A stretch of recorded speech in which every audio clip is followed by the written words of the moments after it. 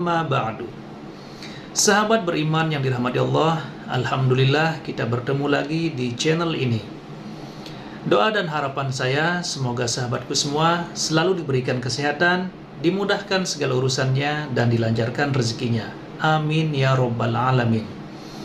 Pada kesempatan yang berbahagia ini, saya mengajak sahabatku semua untuk mendengarkan tausiah yang sangat luar biasa dari guru kita almarhum Kiai Haji Zainuddin MZ. Tentunya banyak sekali ilmu dan manfaat yang bisa kita petik. Berikut ini mari kita dengarkan bersama tausiah dari guru kita almarhum Kiai Haji Zainuddin MZ. Selalu berusaha menyimpan sesuatu yang bisa membawa manfaat, baik untuk dirinya, untuk anak cucunya, maupun untuk keluarganya, untuk masa kini dan masa depannya.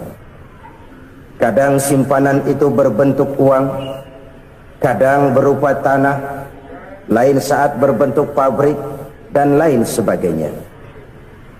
Sementara masa depan yang paling pasti adalah akhirat.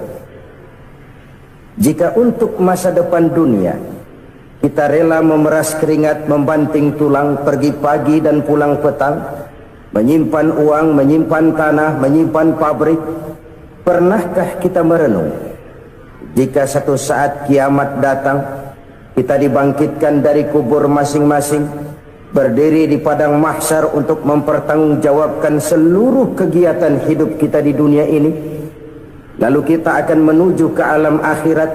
Sudahkah kita mempunyai simpanan untuk akhirat kita? Pada pertemuan kali ini saya ingin menyampaikan sebuah hadis di mana Rasulullah sallallahu alaihi wasallam bersabda, "Arba'un min kanzil jannah." Simpanan sorga ada 4 macam. Yang pertama, ikhfa'us shadaqah, menyembunyikan sedekah. Saudara-saudara kaum muslimin, sebagaimana yang kita maklum bahwa Allah Subhanahu wa taala melebihkan sebagian rezeki dari kita terhadap yang lain. Ada yang kaya, ada yang setengah kaya, ada yang miskin, ada yang setengah miskin, dan selanjutnya. Ada yang gajinya kecil tapi penghasilannya gede. Ada yang penghasilannya gede tapi nggak punya gaji. Ada juga yang memang gajinya gede dan penghasilannya gede. Kelebihan rezeki merupakan sunnatullah dan tidak harus membuat kita merasa lebih dari yang lain. Bahkan sebaliknya, kelebihan itu harus membuat kita ringan tangan untuk menolong mereka yang memang memerlukan pertolongan. Kalau saudara diberikan ilmu, maka pertanyaan akhirat cuma satu: ilmumu kau amalkan untuk apa? Kalau saudara diberikan umur yang panjang, pengadilan akhirat juga bertanya satu: umurmu kau habiskan di mana? Tapi kalau saudara diberikan harta, pengadilan akhirat akan bertanya 2: hartamu kau dapat dari mana? Kau belanjakan kemana? Dari mananya ditanya dan kemananya juga ditanya. Oleh karena kita akan dimintakan pertanggungan jawab, maka amanah yang bernama harta ini harus kita gunakan dengan sebaik-baiknya. Ada penggunaan yang merupakan kewajiban, itu zakat namanya. Ada penggunaan yang sewaktu-waktu, itu infak namanya. Ada yang lebih sewaktu-waktu lagi, dan itu sedekah namanya. Zakat dia terikat oleh haul dan nisab, oleh putaran batas waktu dan ukuran dari harta itu sendiri. Sedangkan infak terikat oleh situasi dan kondisi perekonomian seseorang. Sedangkan sedekah tidak terikat dengan apapun. Dalam kondisi seperti apapun kita bisa melakukan sedekah dengan yang terkecil sekalipun. Sampai-sampai Rasulullah sallallahu alaihi wasallam mengajarkan, la tahqiranna minal ma'rufi syai'an walau an talqa akhaka biwajhin talik. Atau ada hadis, tabassumuka fi wajhi akhika laka shadaqah. Senyumanmu kepada temanmu adalah sedekah. Jadi untuk melakukan sedekah tidak harus dalam berbentuk uang. Dengan ilmu kita bisa sedekah, dengan tenaga kita bisa bersedekah, dengan pikiran kita bisa bersedekah, bahkan senyum kepada teman itu pun sedekah. Jadi kalau sedekah dengan uang memang belum punya uang, nyengir aja banyakin. Itu asal pada tempatnya, jangan lalu ketemu tiang listrik cengengesan. Tentu tidak pada tempatnya dan tidak wajar. Nah, sedekah yang paling dicintai Allah adalah sedekah yang disembunyikan. Artinya jauh dari sifat riya. Kan kadang-kadang ada orang sedekah itu disebutkan namanya, apa tidak bagus? Kalau memang niatnya ikhlas, ya bagus-bagus saja. Untuk memberikan sugesti kepada yang lain. Si Fulan bin Fulan nyumbang sekian, diumumkan. Boleh kalau niatnya untuk memberikan rangsangan kepada yang lain supaya dia menyumbang lebih besar dari orang tadi. Tapi kalau itu mendatangkan riya, maka sedekah yang paling dicintai Allah adalah sedekah yang disembunyikan. Tangan kiri saja tidak tahu apa yang diberikan oleh tangan kanan. Sedekah yang dilakukan dengan ikhlas akan merupakan perbendaharaan surga, tersembunyi dari pandangan orang lain, tidak seorang pun tahu. Karena memang sikap yang baik adalah melupakan kebaikan dan mengingat kesalahan. Itu salah satu ciri orang bahagia. Orang yang selalu mengingat kesalahannya dan berusaha melupakan segala kebaikannya. Kalau dia akan berada kebaikan, dia tidak bisa ikut, dia merasa rugi karena dia merasa belum pernah berbuat baik. Tapi kalau akan melakukan kesalahan baru, dia ingat kesalahan yang sudah-sudah, sehingga terhalang baginya untuk melakukan satu kesalahan baru. Demikianlah saudara-saudara, bahwa Allah melebihkan rizki sebagian kita dari yang lain, agar terjadi tolong-menolong dalam kehidupan ini. Jadi kesenjangan yang nature, kesenjangan yang alami, itu sunnatullah. Ada yang kaya, ada yang miskin, ada yang kelas menengah. Nah, kenapa lalu sekarang kita berusaha mengentaskan kemiskinan? Oleh karena adanya kesenjangan struktural. Kalau yang kaya bisa semakin kaya, kenapa yang miskin tidak bisa naik jadi ikut sedikit kaya? Sebab pada dasarnya Islam adalah agama yang sejak turunnya sudah berupaya memerangi kemiskinan. Bahkan dikatakan kemiskinan itu mendekatkan kepada kekufuran. Orang kalau miskin udah dekat banget sama kafir. Gampang menjadi kafir. Berapa banyak saudara-saudara kita yang oleh karena soal perut, oleh karena soal materi, terpaksa meninggalkan dan menanggalkan akidahnya, menjual petunjuk yang diberikan Allah dengan hak kesenangan dunia yang cuma sebentar ini. Na'udzubillah thumma na'udzubillah.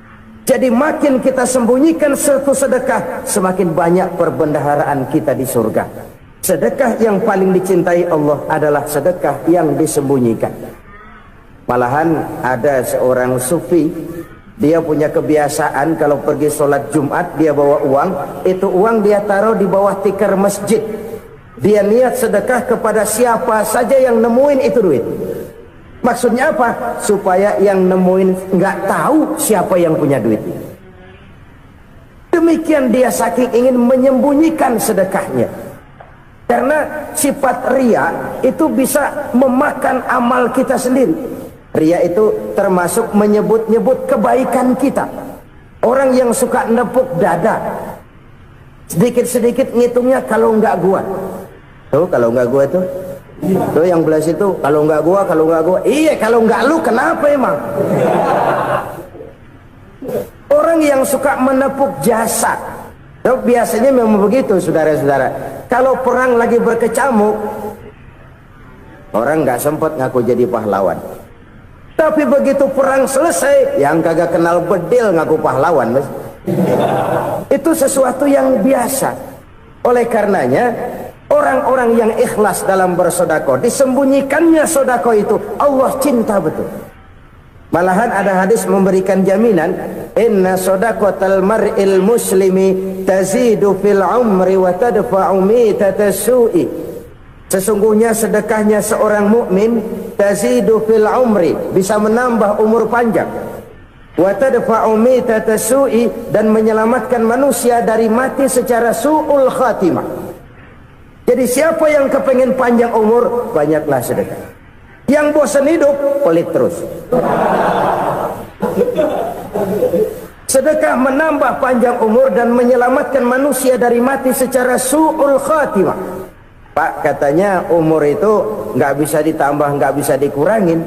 Kapan? Kalau ajal sudah datang. Fa idza jaa ajaluhum la yastakhiruna sa'atan wa la yastakdimun. Kalau ajal datang tidak bisa dimajukan, tidak bisa dimundurkan. Itu kalau ajal sudah datang. Tidak bisa lagi umur ditambah dikurangi, sudah datang. Tapi kalau belum datang, itu kan haknya Allah. Mau ditambah, mau dikurangi, hak prerogatif Allah. Sebagai pencipta manusia, Allah maha kuasa dan maha mampu. Sedekah ini menambah panjang umur dan menyelamatkan manusia dari mati secara su'ul khatimah.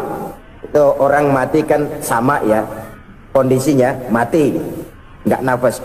Tapi hakikat mati kan lain-lain. Ada yang mati itu husnul khatimah, baik akhirnya.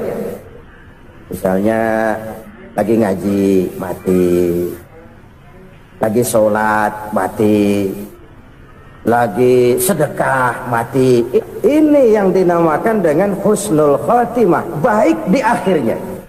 Sebaliknya ada yang su'ul khatimah, jelek di akhirnya. Ini yang jadi catatan akhir. Lagi nyekek botol, mampus. Lagi banting kartu, modar. Su'ul khatimah, jelek pada akhirnya. Sedekah menyelamatkan manusia dari mati secara su'ul khatimah. Dan kita semua kepengen mendapat husnul khatimah, jauh dari su'ul khatimah. Oleh sebab itu yang bisa menyelamatkan kita dari penyakit itu antara lain adalah sedekah yang disembunyikan, yang dikerjakan dengan ikhlas karena Allah, tidak karena kepengen dipuji orang, tidak karena ingin dikatakan orang pemurah. Sebab orang dermawan itu orang yang memberi tanpa harus diminta. Kalau masih harus diminta, ya belum dermawan namanya, masih harus diminta. Kalau nggak diminta ya tulus, lolos, polos. Saudara-saudara kaum muslimin rahimakumullah, harta adalah amanat dan akan kita pertanggungjawabkan. Allah melebihkan rizki sebagian kita dari yang lain agar kita saling tolong menolong, bantu membantu. Nabi janjikan siapa yang meringankan beban saudaranya muslim di dunia, Allah akan meringankan bebannya di akhirat nanti. Sebuah jaminan dari baginda Nabi. Si orang yang kita bantu barangkali tidak bisa membalas, Allah yang akan membalas lewat jalan lain yang tidak pernah kita sangka-sangka. Ada orang tanya, Pak, ini ada orang nyumbang masjid sambil marah-marah, bagaimana? Saya bilang sumbangannya aja ambil, marahnya jangan. Marahnya jangan diambil, itu urusan dia. Saudara-saudara kaum muslimin rahimakumullah, umat Islam ini kan umat yang punya potensi besar. Kadang kita merenung, kenapa kadang-kadang pembangunan masjid kok lambat sekali? Kalau hotel hari ini peletakan pertama, bulan depan peresmian. Supermarket hari ini peletakan batu pertama, minggu depan peresmian. Tapi kalau sudah yang namanya masjid, kadang-kadang peletakan batu pertama sekaligus jadi batu terakhir. 3 tahun, 4 tahun, campur nebar jalak di jalanan, duit dijaring kayak ikan sepat. Apa tidak ada orang Islam yang kaya? Banyak. Apa tidak ada pengusaha muslim yang jadi konglomerat? Ada. Lalu yang belum banyak itu yang komit terhadap nilai-nilai agamanya. Akhirnya kita jatuh jadi umat yang lemah. Belum ada pengusaha konglomerat muslim buka pabrik super mie cap bedug misalnya umpamanya, atau pabrik kecap cap sorban, supaya identitas keislamannya sedikit kelihatan. Kita jatuh jadi umat yang lemah karena potensi tidak terinventarisir dengan baik. Kita ini ibarat kompor yang cuma matengin nasi orang lain. potensi kita dimanfaatkan oleh orang lain. Ukhuwah Islamiyah kita baru terbatas kepada silaturahmi. Ukhuwah di bidang ekonomi kita lemah, ukhuwah di bidang kebudayaan kita lemah, apalagi ukhuwah di bidang politik kita lebih rapuh lagi.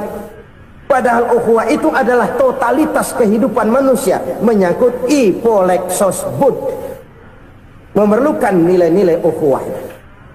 Jadi oleh karena itu mari kita menyadari, di dalam harta kita, walaupun kita yang cari, pergi pagi, pulang sore, peras keringat, banting tulang, di sana ada harta anak yatim, di sana ada hak masjid, di sana ada hak pesantren, di sana ada hak jihad.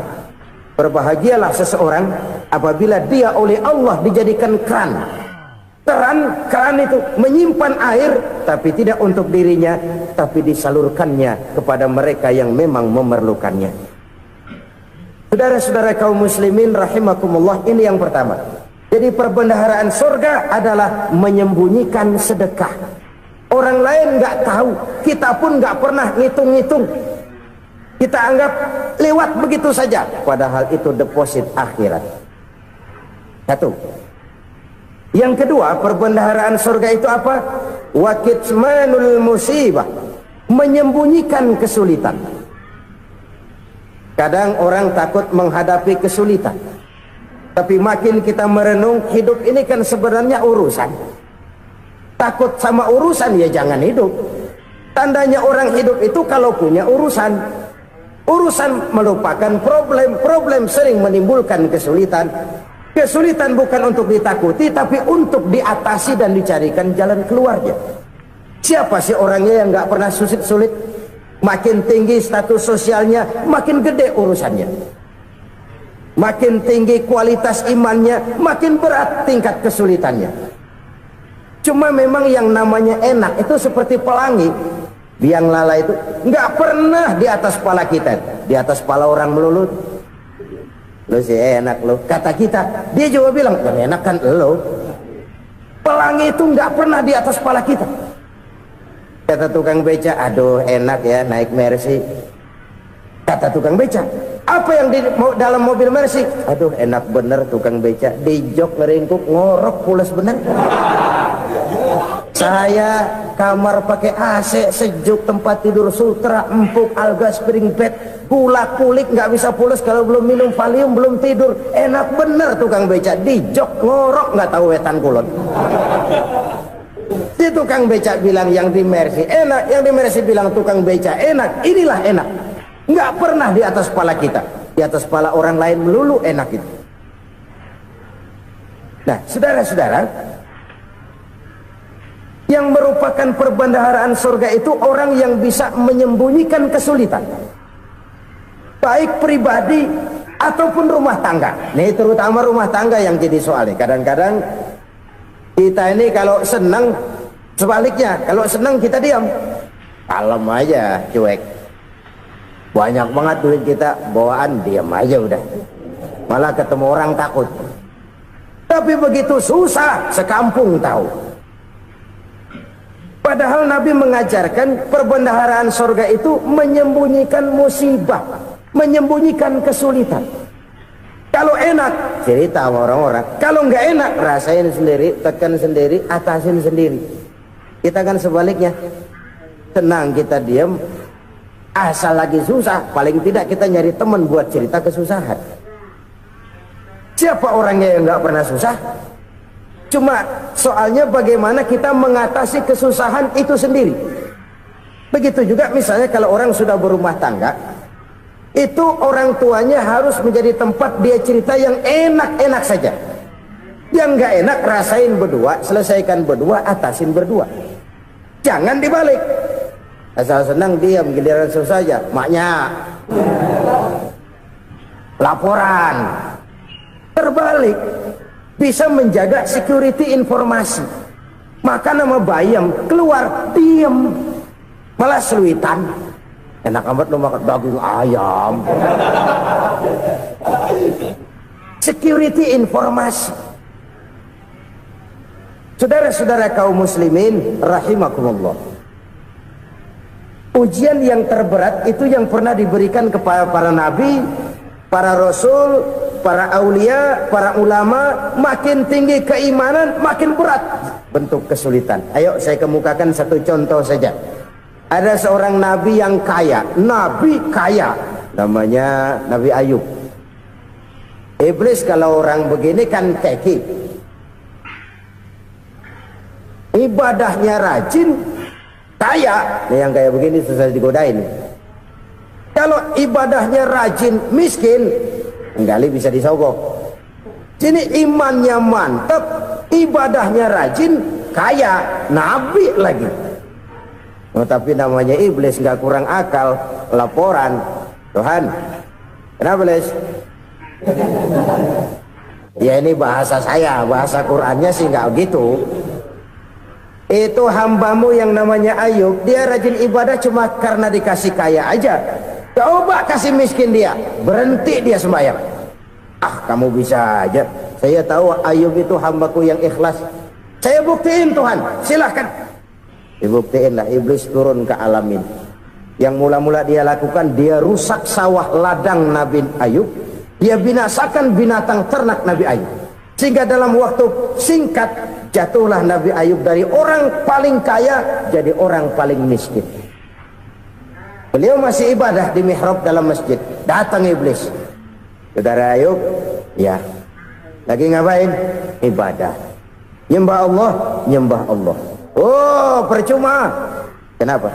Tuhan yang ente sembah nih, dia udah bikin miskin ente. Sawah ladang ente hancur lebur, binatang ternak binasa. Sekarang ente jadi orang paling miskin.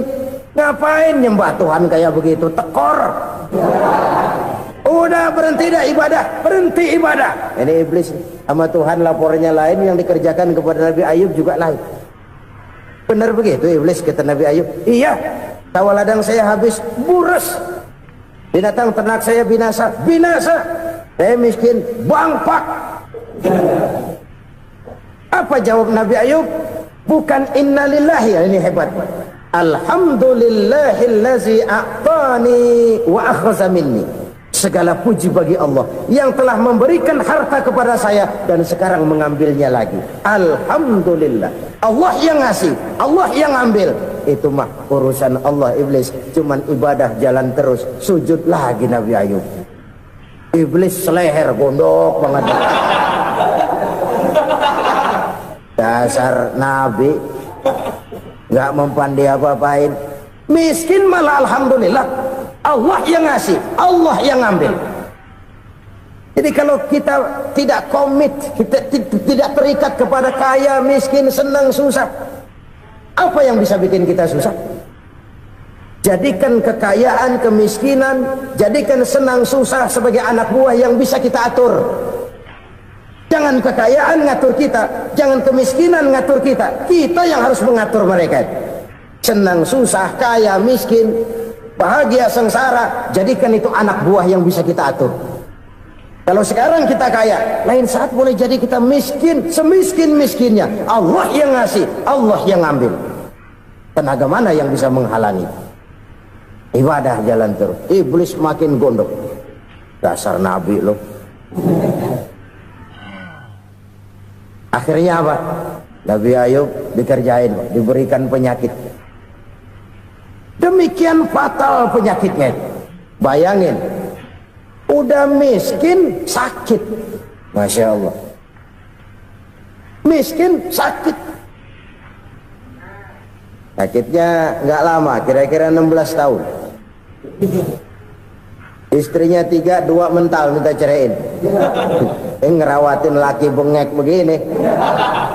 Senang belum tentu, susah udah pasti nih. Cerai aja, cerai dah. Cerai. Tinggal satu Siti Rahmah yang setia menemani beliau. Sesetia-setianya hati perempuan. Satu saat Siti Rahmah bilang, "Bang, iya, abang kan Nabi bang. Lalu namanya Nabi kan doanya jarang meleset bang. Maksud kamu minta kenapa sih sama Tuhan biar abang sembuh baik dah bang?"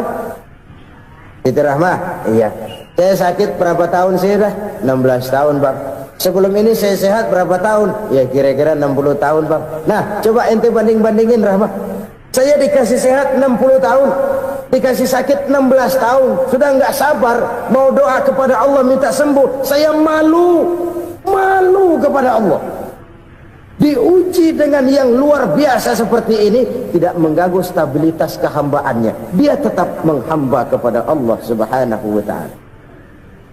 Saudara-saudara kaum muslimin rahimakumullah, kunci menghadapi kesulitan itu apa? Allah jelaskan dalam satu ayat, wa basyiris sabirin alladzina iza asabathum musibah qalu inna lillahi wa inna ilaihi raji'un. Gembirakan orang-orang yang sabar. Siapa mereka itu? Yang apabila mendapat musibah mereka kembali kepada keyakinan dasar, segalanya dari Allah dan segalanya akan kembali kepada Allah. Ini konsepsi dasar dari sikap muslim dalam menghadapi berbagai kesulitan. Segalanya dari Allah, segalanya akan kembali kepada Allah. Kalau ini sudah kondisi dasarnya, maka kita akan lapang menghadapi kenyataan bagaimanapun pahitnya. Apakah itu namanya miskin, apakah itu namanya sakit, bahkan maut sekalipun,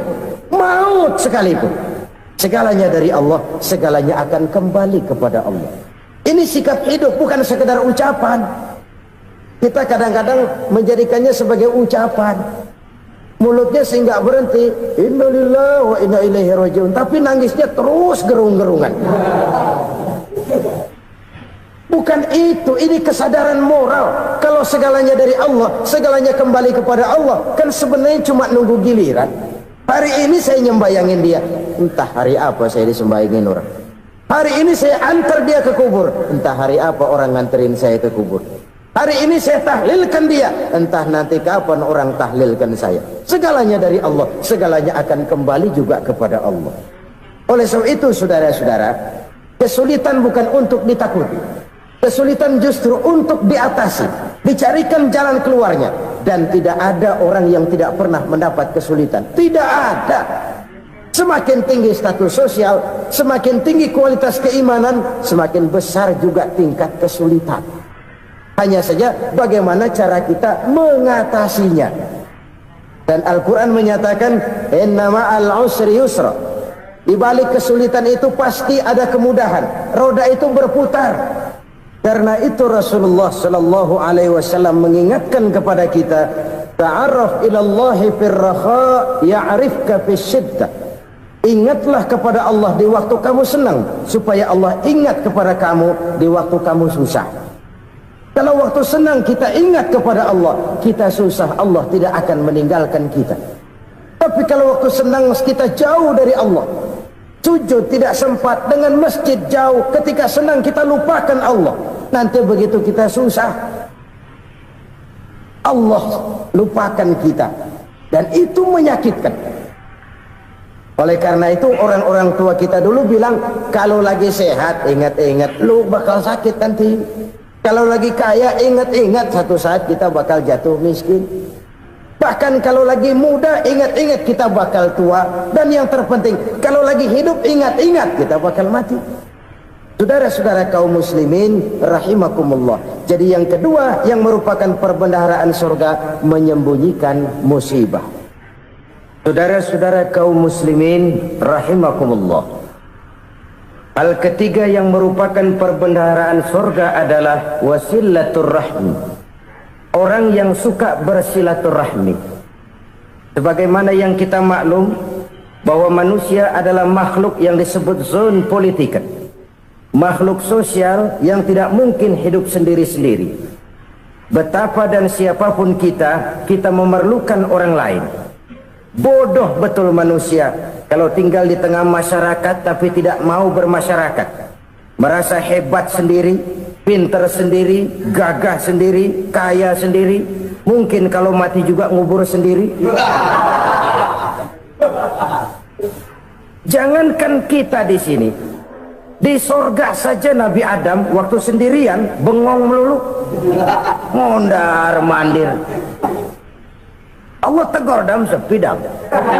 Ya ini kalau bahasa saya. Iya Tuhan, sepi ini nggak ada coret-corekan pisan ini. Diciptakan Siti Hawa baru anteng Nabi Adam. Itu di surga.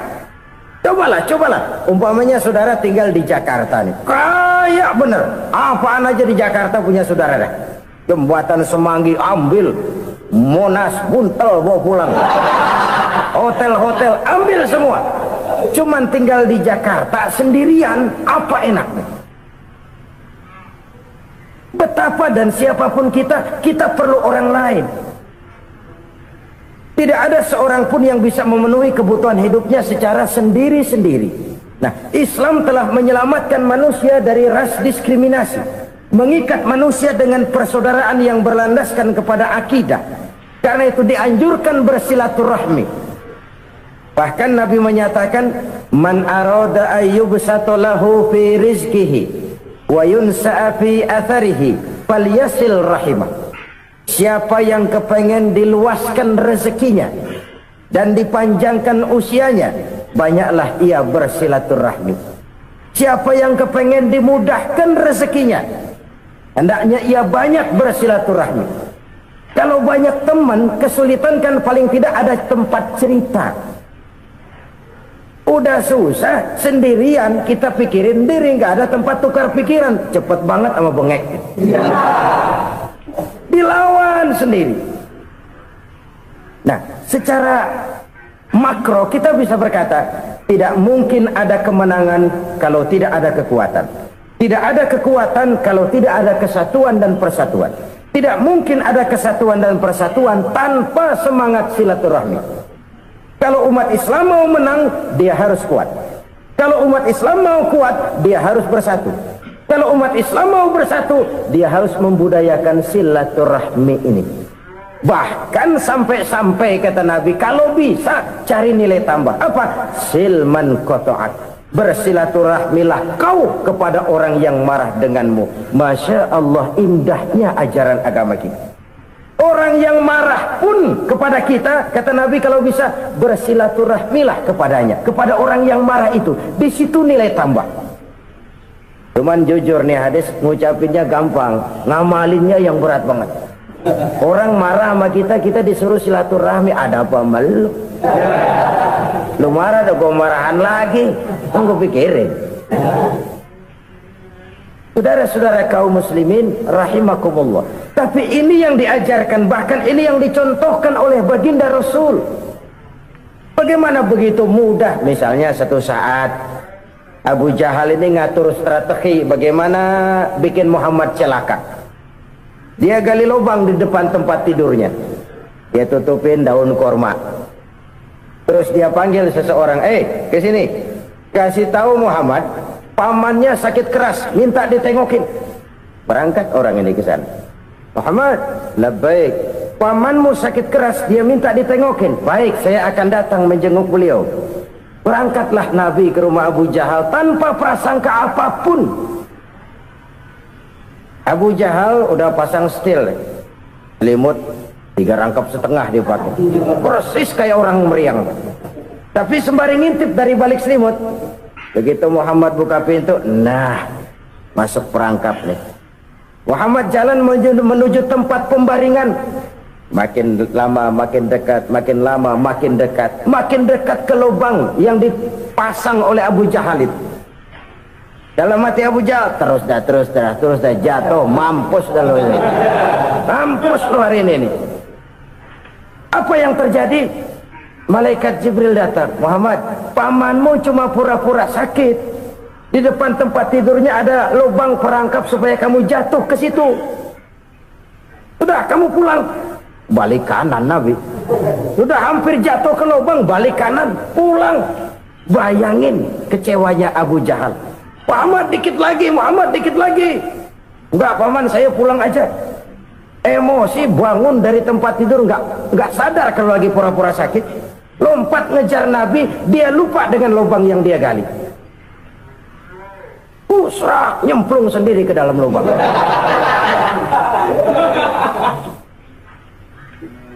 Nabi terus berlalu. Ini terjadi keanehan. Jatuh ke lubang yang dia gali itu sebenarnya nggak terlalu dalam ya, antara 3-4 meteran lah. Tolong saya jatuh ke lubang ini. Datanglah pelayan-pelayannya itu. Angkat saya dari sini. Oh, yang ngulurin tambang. 1 gulung belum juga nyampe itu tambah. Kurang beli lagi ke warung. Sambung ulur lagi enggak juga bisa sampai. Wah, ini kerjaan Muhammad ini. Tolong siapa salah seorang kamu ke rumah Muhammad, kasih tahu encangnya kecebur. Minta ditolongin. Sampaikan kepada Rasul. Kenapa? Pamanmu jatuh ke lubang, Muhammad minta tolong diangkatin. Tambang udah nyambung-nyambung nggak nyampe juga. Ya nanti saya datang, saya tolong. Coba. Nyata-nyata orang berniat jahat mau mencelakakan dia. Datang dia menolong. Ini yang disebut air tuba dibalas air susu ya ini. Bukan sebaliknya. Air tuba dibalas air susu. Paman, kecebur ya? Iya Muhammad, tolongin pegang tangan saya. Nabi ulurkan tangannya, nyampe, dipegang oleh Abu Jahal, diangkat ke atas, sampai atas. Apa kata Abu Jahal? Sihirmu memang hebat Muhammad. Udah ditolongin dikata sihir, yang enak kita kemplang kan itu orang begitu. Urusan apa? Tapi inilah akhlak. Kalau bisa kamu bersilaturahmilah dengan orang yang marah kepadamu sekalipun. Orang marah kita tetap baik. So, kalau kita berbuat baik sama orang yang memang baik, rasanya sih biasa-biasa aja. Orang baik kita baik lagi, ya draw aja, belum ada nilai tambah di situ. Baru ada nilai tambah kalau kita bisa berbuat baik kepada orang yang nyakitin kita. Itu namanya kita setingkat di atas dia. Dia sakitin kita, kita berbuat baik sama dia. Dia pelit sama kita, kita baik sama dia. Dia marahin kita, kita deketin dia. Di situ kita punya nilai tambah. Jadi siapa yang ingin diluaskan rezekinya, kata Nabi, dan dipanjangkan umurnya, hendaklah ia banyak-banyak bersilaturahmi. Sederhana sebenarnya silaturahmi, tapi silaturahmi membangkitkan semangat kesatuan dan persatuan. Kesatuan dan persatuan melahirkan kekuatan. Dalam matematika 1 ditambah 1 pasti 2. Tapi di tengah masyarakat 1 orang takut ditambah 1 orang takut, hasilnya jadi 2 orang setengah berani. Kenapa setengah berani? Karena udah berdua. Tadi pan takut sendirian, kalau dia kumpul turu-turu takutlah jadi berani. Kita yang lemah, kita yang tidak berdaya, kita yang miskin, kalau mau kompak bersatu, apa yang nggak bisa kita kerjain? Apalagi tinggal di kota besar, pilihan cuma 2. Bertahan atau minggir. Bertahan atau minggir. Untuk bisa bertahan harus mampu bersaing. Untuk mampu bersaing harus punya keahlian. Keahlian harus ditunjang dengan pendidikan, ditambah oleh kekompakan sebagai umat. Udah miskin mencar mulu, orang injak kita. Orang nggak pandang urusan apa malu. Oleh karena itu silaturahmi pada hakikatnya merupakan ruh dari ukhuwah yang diajarkan oleh agama kita. Bagaimana Islam menyelamatkan masyarakat manusia dari ras diskriminasi, mengikat manusia, dan tidak ada persaudaraan yang lebih indah selain persaudaraan yang diikat dengan nilai-nilai akidah. Sepanjang orang di jalan Allah, itulah saudara kita. Keluar dia dari jalan Allah, selesailah persaudaraan sampai di situ. Karena itu, kalau ingin menyimpan sesuatu di surga, banyaklah bersilaturahmi. Datang ke rumah ini, datang ke rumah itu, dan lain sebagainya. Itu simpanan kita di akhirat nanti. Ini yang ketiga. Saudara-saudara, yang keempat, perbendaharaan surga itu apa? Wa qawlu la hawla wa la quwwata illa billah. Ucapan la hawla wa la quwwata illa billah. Ibadah kan ada yang berat, modalnya besar. Bangun masjid berat, modalnya besar. Bangun rumah sakit berat, modalnya besar. Ada ibadah yang berat tapi modalnya ringan. Misalnya puasa. Puasa itu berat, mengendalikan nafsu. Kalau sekedar nggak makan nggak minum sih enteng, mengendalikan nafsu. Itu jihad terbesar, tapi kan modalnya ringan, cuma niat saja. Ini ibadah berat, modalnya ringan. Ada ibadah yang ringan, modalnya juga enteng. Seperti termasuk ucapan la haula wa la quwwata illa billah. tanpa sadar. La haula wala quwata illa billah. Nyelengin tuh di surga. Nyelengin, kita nggak terasa. Nyelengin simpenan akhirat. La haula wala quwata illa billah. Nyimpan lagi. Kaget. La haula wala quwata illa billah. Nyimpan lagi. Banyak simpenan. Walaupun sebenarnya yang dimaksud di sini adalah kesadaran batin bahwa tidak ada daya dan kekuatan kecuali Allah. Itu intinya. Kita memulai pekerjaan disunahkan baca bismillah, kan begitu? Apa itu? Kesadaran moral bahwa ini saya bisa kerjakan. Saya kerjakan ini dengan menyebut nama Allah. Kenapa? Kalau Allah tidak memberikan daya dan kekuatan, mana mampu saya kerjakan ini. Maka saya kerjakan ini dengan menyebut nama Allah. Bismillah. Kesadaran moral. Manusia hanya wajib berusaha, tapi nggak pernah wajib berhasil. Banyak hal-hal yang kalau kita renungkan secara rasio nggak mungkin, tapi jadi kenyataan. La haula wala quwata illa billah. Tidak ada daya dan kekuatan kecuali bagi Allah semata. Subhanallah, sungguh luar biasa apa yang sudah disampaikan oleh guru kita almarhum Kiai Haji Zainuddin MZ. Sahabat beriman yang dirahmati Allah, tetaplah di channel ini karena kajian ini belum selesai. Dan masih banyak hal-hal menarik yang akan disampaikan oleh guru kita almarhum Kiai Haji Zainuddin MZ. Maka dari itu tetaplah di sini dan mari kita lanjutkan kembali. Selamat mendengarkan. Kesadaran moral akan kelemahan dan keterbatasan makhluk bernama manusia. Kadang kita kagum dengan otak, tapi kita sering lupa sama yang bikin otak. Padahal bagaimanapun hebatnya otak, yang bikin otak pasti lebih hebat dari otak. Nggak percaya, silahkan otak-otakan. Inilah kecenderungan. Kita kagum dengan pesawat-pesawat mutakhir, bukan main, besi gede banget terbang itu. Alangkah hebatnya. Lalu apa yang bikin otak tidak lebih hebat dari itu semua? Kita puji laut, apa yang bikin laut tidak lebih hebat dari laut itu? La haula wala quwata illa billah. Tidak ada daya dan kekuatan kecuali Allah. Apa yang bisa kita lakukan kalau tidak karena daya dan kemampuan yang diberikan oleh Allah kepada kita?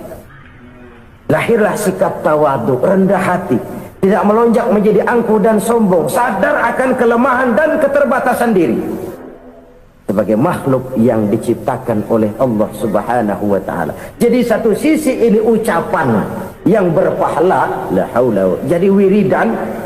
Pada sisi lain ini kesadaran moral, sikap mental, kesadaran batin bahwa yang punya daya dan kekuatan itu cuma Allah. Kita nggak pantas untuk sombong, sebab sombong itu pakaiannya Allah. Kita nggak sedang pakai pakaian Allah, kegedean. Dan makin kita renungi, makin terbentur. Apa sih yang bisa kita sombongin? Kita mau sombong apa? Kaya? Pintar? Itu kan semua relatif. Di atas langit masih ada langit lagi. Jadi oleh karenanya, marilah kita menyadari. Manusia hanya wajib berusaha, tapi tidak pernah wajib berhasil. Yang berusaha saja tidak wajib berhasil, apalagi yang tidak berusaha. Islam bukan agama orang pemalas yang selesai sholat lalu enggelohom, enggelenggem ayem-ayem. Tapi Islam bukan agama orang sombong yang setelah berusaha lalu tidak memerlukan Allah.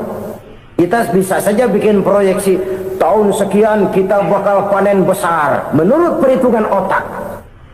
Tapi ada kejadian lain. Apa? Tikus ngambek. Habis itu dimakanin tikus, panen gagal. Proyeksi rasional gagal oleh tikus-tikus yang ngambek itu. Bisa saja terjadi.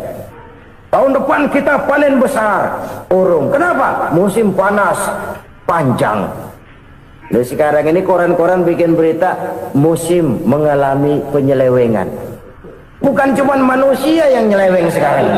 Musim pakai nyeleweng. Mestinya kan musim hujan udah selesai, masih hujan-hujan juga. Musim. Nah sekarang kita boleh bikin proyeksi, kita bakal panen besar. Tahu-tahu musim panas panjang. Sawah retak, air kering, cari teknokrat yang paling botak, suruh pendekin tuh musim panas. La haula wa la quwata illa billah. Inilah kesadaran moral. Saudara, saya teringat satu saat ada seorang konglomerat. Umurnya ya kira-kira 70-an. Satu saat dia ditanya oleh wartawan, "Pak, umur Bapak berapa sih?" "Ya paling 10 tahun." 10 tahun? 10 tahun? Anak Bapak berapa orang? Satu. Satu saja? Satu. Harta Bapak berapa? Ya paling-paling bangsa 7 juta kali. 7 juta? Iya.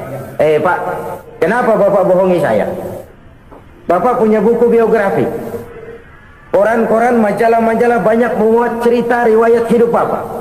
Saya tahu umur Bapak 70. Kenapa bilang cuma 7 tahun? Saya tahu anak Bapak 8. Kenapa cuma bilang 1? Saya tahu harta Bapak miliaran, mungkin triliunan, pabrik di mana-mana, bank di mana-mana.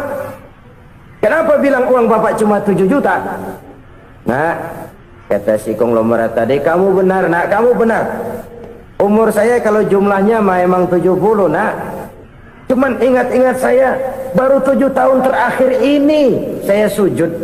Baru 7 tahun terakhir ini saya berusaha dekat dengan Allah. Saya laksanakan perintahnya, saya jauhi larangannya. 7 tahun inilah rasanya yang ada nilainya di hadapan Allah. Yang 63 tahun matong, kelabu, kelem umur gue. Habis untuk maksiat, untuk munkarat. Maka ketika ditanya tadi, umur saya 7 tahun itu. Oh begitu Pak. Oh iya. Lalu anak Pak, anak Bapak kan 8. Kenapa bilang cuma 1? Nah, kalau jumlah hitungannya memang anak saya 8. Tapi dari 8 orang ini rasanya cuma 1 nih yang bakal jadi buah hati, belahan jantung, pelanjut cerita, penerus sejarah, bakal jadi anak soleh yang akan mendoakan saya. Cuman 1 rasanya anak saya ini yang bakal jadi buah hati saya, besar-besaran saya, yang akan mendoakan di kubur saya, yang akan mendoakan di akhirat saya. Yang 7 orang mana? Masya Allah, yang 1 tenggeng, yang 1 nyekek botol melulu, yang 1 nggak karu-karuan. Makanya saya bilang 1 anak saya yang akan bisa mendoakan saya. Oh begitu Pak. Iya. Nah, harta Pak, harta Bapak kan triliunan, pabrik Bapak di mana-mana, uang Bapak hampir di tiap bank-bank besar. Kenapa bilang cuma 7 juta? Betul kau Nak. Harta saya kalau jumlahnya memang miliaran, triliunan mungkin. Tapi yang saya ingat baru 7 juta tuh yang saya belanjakan di jalan Allah. Saya nyumbang masjid, saya santuni yatim piatu, saya bantu pembangunan pesantren, saya bantu pembangunan rumah sakit Islam. Itu yang akan saya bawa pulang ke akhirat, yang 7 juta itu. Yang triliunan itu nanti akan diperebutkan oleh anak-anak saya sebagai waris saya. Jadi harta saya 7 juta itu yang bakal nemenin saya di akhirat, yang akan saya bawa pulang jadi teman saya. Saudara-saudara kaum muslimin, jangan-jangan orang tua itu adalah kita-kita ini. Jangan-jangan kita-kita ini adalah orang tua itu. Jangan-jangan itu potret dari diri kita masing-masing. Dari sekian umur yang diberikan Allah, berapa tahun yang ada nilainya di hadapan Allah? Dari sekian anak-anak yang merupakan amanah, berapa yang akan mendoakan kita sebagai orang tuanya menjadi anak soleh? Dari sekian banyak harta yang diberikan Allah, berapa yang akan kita bawa pulang menghadapnya nanti, yang kita belanjakan di jalan Allah? Ini sebuah potret kehidupan. Karena itu kita kembali kepada la haula wa la quwata illa billah. Kita wajib berusaha, kita wajib berikhtiar. Selebihnya segala daya dan kekuatan hanya milik Allah saja semata-mata. Satu kesadaran batin dari setiap pribadi muslim. Setelah ia berusaha dan berikhtiar, ia menyerahkannya kepada Allah Subhanahu wa ta'ala. Jadi satu sisi ini merupakan wiridan ucapan yang mengandung pahala, pada sisi lain ini merupakan sikap batin dari seorang muslim di dalam ia menghadapi realitas kehidupan ini. Saudara-saudara kaum muslimin rahimakumullah, kalau ini kita jadikan satu basis kehidupan, Maka ini akan menyelamatkan manusia dari kemungkinan tergelincir menjadi orang yang lupa diri dan lupa darat. Sebab itu Imamul Ghazali berpesan, "Jaddidis safinah fa innal bahra amiq, wa khuziz zad fa inna safara ba'id, wa khaffifil hamla fa innal hamla sadid." Perbarui selalu kapalmu karena lautan sangat dalam. Bawa bekal yang banyak karena perjalanan ini sangat jauh. Ringankan beban karena kebanyakan beban akan menyakitkan. Alangkah indah kalimat ini, alangkah dalam makna yang terkandung di sana. Perbarui selalu kapalmu karena lautan sangat dalam. Apa artinya ini? Jaga mentalmu baik-baik. Pelihara imanmu baik-baik karena hidup penuh cobaan seperti lautan. Kita kalau berlayar di lautan kan kadang-kadang tenang, angin bertiup sepoi-sepoi basah. Jika malam datang, bintang gemintang bertabur menghias cakrawala. Rembulan memantulkan sinarnya dengan indah. Dalam keadaan begitu berlayar enak.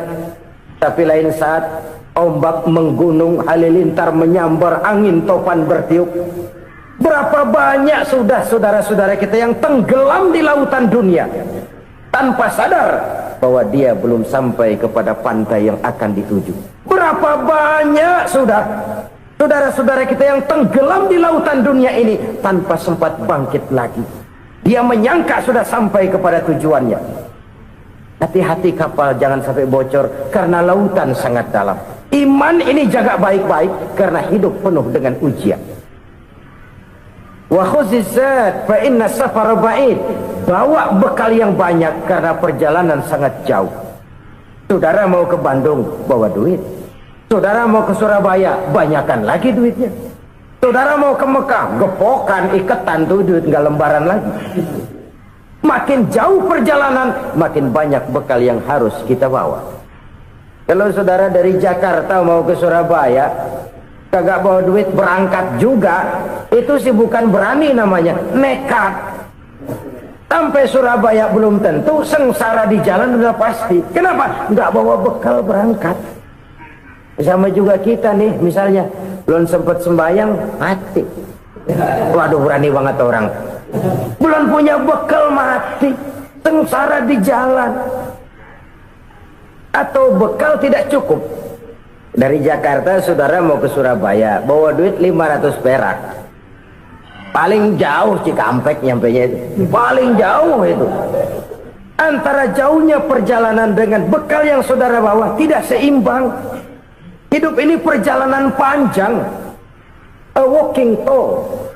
Dimulai dari alam arwah. Sebelum jasad diciptakan, roh diciptakan lebih dulu.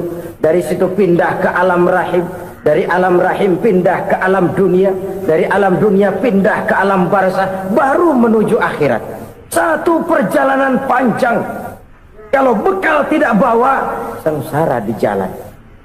Bawa bekal yang banyak karena perjalanan ini sangat jauh.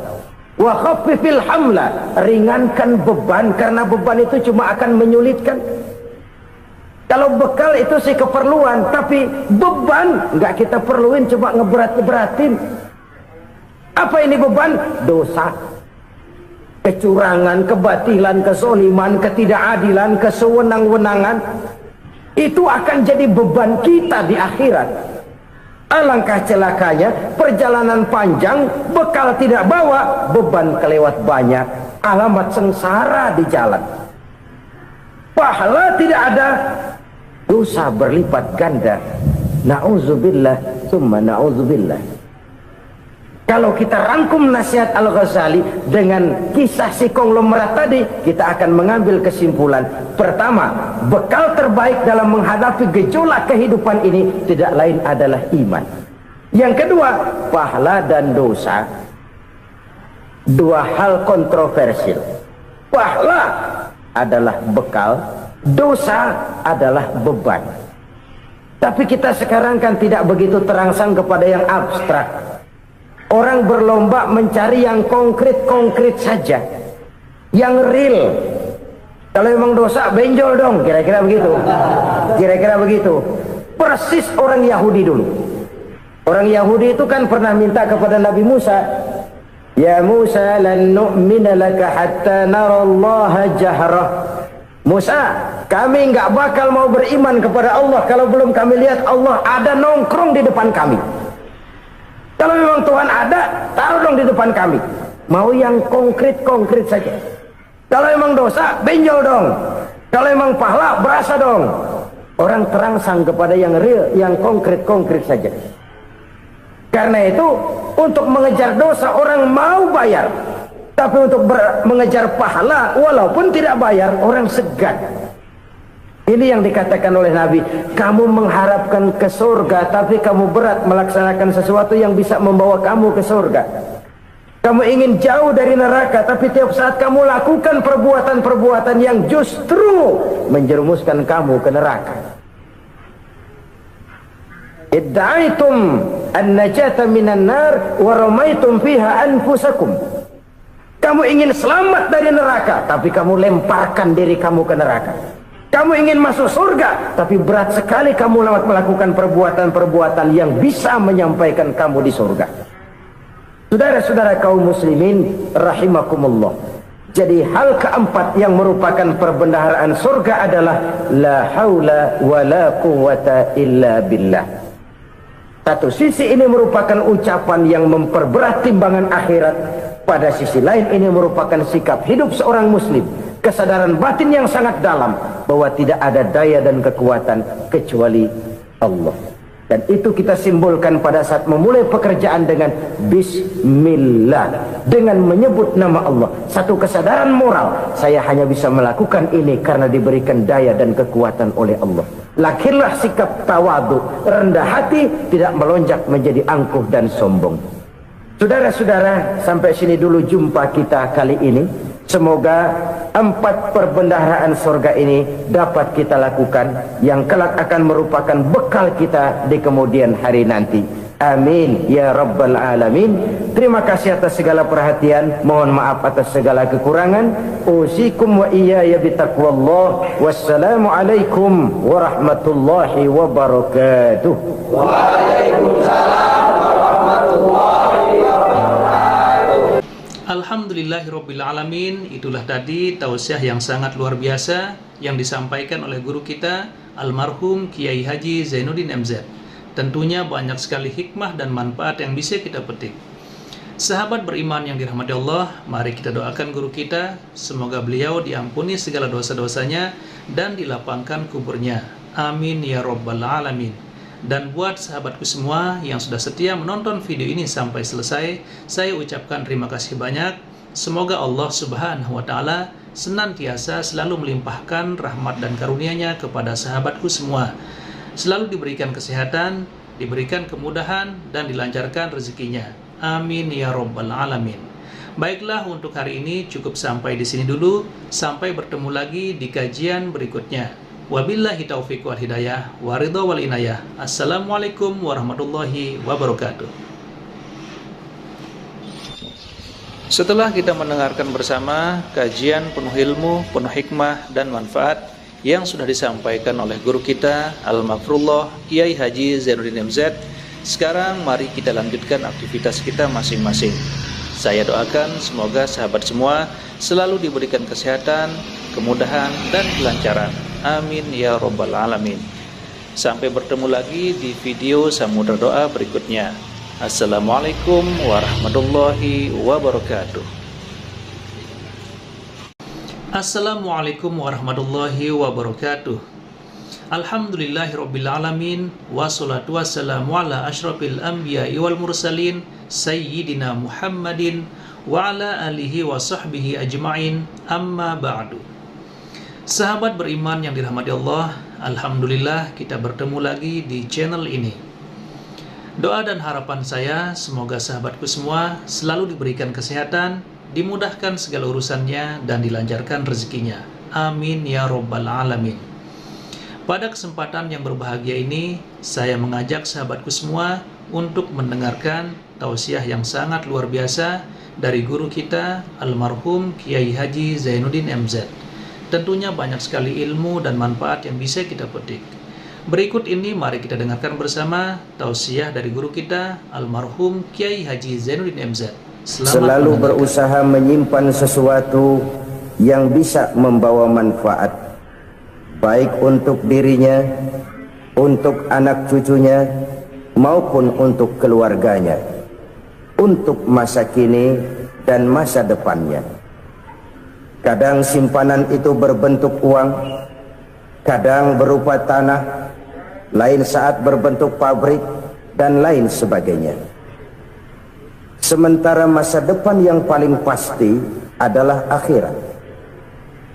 Jika untuk masa depan dunia kita rela memeras keringat, membanting tulang, pergi pagi dan pulang petang, menyimpan uang, menyimpan tanah, menyimpan pabrik, pernahkah kita merenung jika satu saat kiamat datang, kita dibangkitkan dari kubur masing-masing, berdiri di padang mahsyar untuk mempertanggungjawabkan seluruh kegiatan hidup kita di dunia ini, lalu kita akan menuju ke alam akhirat. Sudahkah kita mempunyai simpanan untuk akhirat kita? Pada pertemuan kali ini saya ingin menyampaikan sebuah hadis di mana Rasulullah sallallahu alaihi wasallam bersabda, arba'un min kanzil jannah. Simpanan sorga ada 4 macam. Yang pertama, ikhfa'us sadaqah, menyembunyikan sedekah. Saudara-saudara kaum muslimin, sebagaimana yang kita maklum bahwa Allah Subhanahu wa taala melebihkan sebagian rezeki dari kita terhadap yang lain. Ada yang kaya, ada yang setengah kaya, ada yang miskin, ada yang setengah miskin, dan selanjutnya. Ada yang gajinya kecil tapi penghasilannya gede. Ada yang penghasilannya gede tapi nggak punya gaji. Ada juga yang memang gajinya gede dan penghasilannya gede. Kelebihan rezeki merupakan sunnatullah dan tidak harus membuat kita merasa lebih dari yang lain. Bahkan sebaliknya, kelebihan itu harus membuat kita ringan tangan untuk menolong mereka yang memang memerlukan pertolongan. Kalau saudara diberikan ilmu, maka pertanyaan akhirat cuma satu: ilmumu kau amalkan untuk apa? Kalau saudara diberikan umur yang panjang, pengadilan akhirat juga bertanya satu: umurmu kau habiskan di mana? Tapi kalau saudara diberikan harta, pengadilan akhirat akan bertanya 2: hartamu kau dapat dari mana? Kau belanjakan kemana? Dari mananya ditanya, dan kemananya juga ditanya. Oleh karena kita akan dimintakan pertanggungan jawab, maka amanah yang bernama harta ini harus kita gunakan dengan sebaik-baiknya. Ada penggunaan yang merupakan kewajiban, itu zakat namanya. Ada penggunaan yang sewaktu-waktu, itu infak namanya. Ada yang lebih sewaktu-waktu lagi, dan itu sedekah namanya. Zakat dia terikat oleh haul dan nisab, oleh putaran batas waktu dan ukuran dari harta itu sendiri.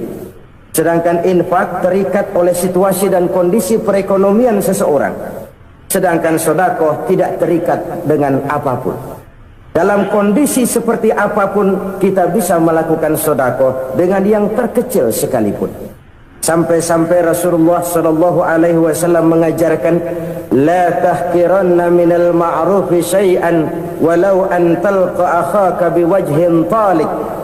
Atau ada hadis, tabassumuka fi wajhi akhika laka shadaqah. Senyumanmu kepada temanmu adalah sedekah.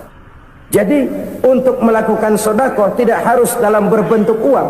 Dengan ilmu kita bisa sedekah, dengan tenaga kita bisa bersedekah, dengan pikiran kita bisa bersedekah, bahkan senyum kepada teman itu pun sedekah. Jadi kalau sedekah dengan uang memang belum punya uang, nyengir aja banyakin. Itu asal pada tempatnya, jangan lalu ketemu tiang listrik cengengesan. Tentu tidak pada tempatnya dan tidak wajar. Nah, Sodakoh yang paling dicintai Allah adalah sodakoh yang disembunyikan. Artinya jauh dari sifat riya. Kan kadang-kadang ada orang sedekah itu disebutkan namanya, apa tidak bagus? Kalau memang niatnya ikhlas, ya bagus-bagus saja untuk memberikan sugesti kepada yang lain. Si Fulan bin Fulan nyumbang sekian, diumumkan. Boleh kalau niatnya untuk memberikan rangsangan kepada yang lain supaya dia menyumbang lebih besar dari orang tadi. Tapi kalau itu mendatangkan riya, maka sedekah yang paling dicintai Allah adalah sedekah yang disembunyikan. Tangan kiri saja tidak tahu apa yang diberikan oleh tangan kanan. Sedekah yang dilakukan dengan ikhlas akan merupakan perbendaharaan surga, tersembunyi dari pandangan orang lain, tidak seorang pun tahu. Karena memang sikap yang baik adalah melupakan kebaikan dan mengingat kesalahan. Itu salah satu ciri orang bahagia. Orang yang selalu mengingat kesalahannya dan berusaha melupakan segala kebaikannya. Kalau dia akan berada kebaikan, dia tidak bisa ikut, dia merasa rugi karena dia merasa belum pernah berbuat baik. Tapi kalau akan melakukan kesalahan baru, dia ingat kesalahan yang sudah-sudah, sehingga terhalang baginya untuk melakukan satu kesalahan baru. Demikianlah saudara-saudara, bahwa Allah melebihkan rizki sebagian kita dari yang lain, agar terjadi tolong-menolong dalam kehidupan ini. Jadi kesenjangan yang nature, kesenjangan yang alami, itu sunnatullah. Ada yang kaya, ada yang miskin, ada yang kelas menengah. Nah, kenapa lalu sekarang kita berusaha mengentaskan kemiskinan? Oleh karena adanya kesenjangan struktural. Kalau yang kaya bisa semakin kaya, kenapa yang miskin tidak bisa naik jadi ikut sedikit kaya? Sebab pada dasarnya Islam adalah agama yang sejak turunnya sudah berupaya memerangi kemiskinan. Bahkan dikatakan kemiskinan itu mendekatkan kepada kekufuran. Orang kalau miskin udah dekat banget sama kafir, gampang menjadi kafir. Berapa banyak saudara-saudara kita yang oleh karena soal perut, oleh karena soal materi, terpaksa meninggalkan dan menanggalkan akidahnya, menjual petunjuk yang diberikan Allah dengan hak kesenangan dunia yang cuma sebentar ini. Na'udzubillah thumma na'udzubillah. Jadi makin kita sembunyikan satu sedekah, semakin banyak perbendaharaan kita di surga. Sedekah yang paling dicintai Allah adalah sedekah yang disembunyikan.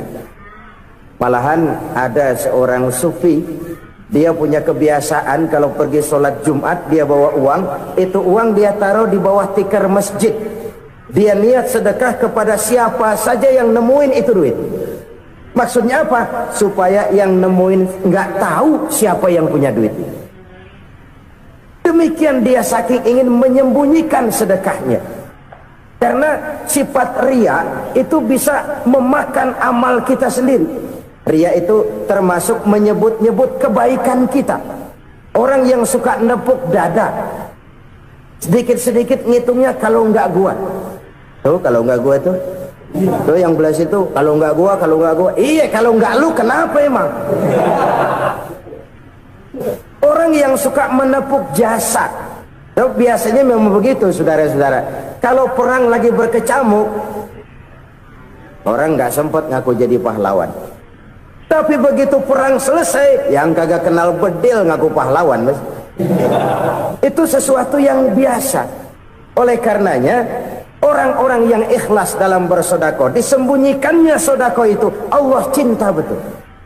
Malahan ada hadis memberikan jaminan, inna sedaqatal mar'il muslimi tazidu fil umri wa tadfa'u mitatas su'i.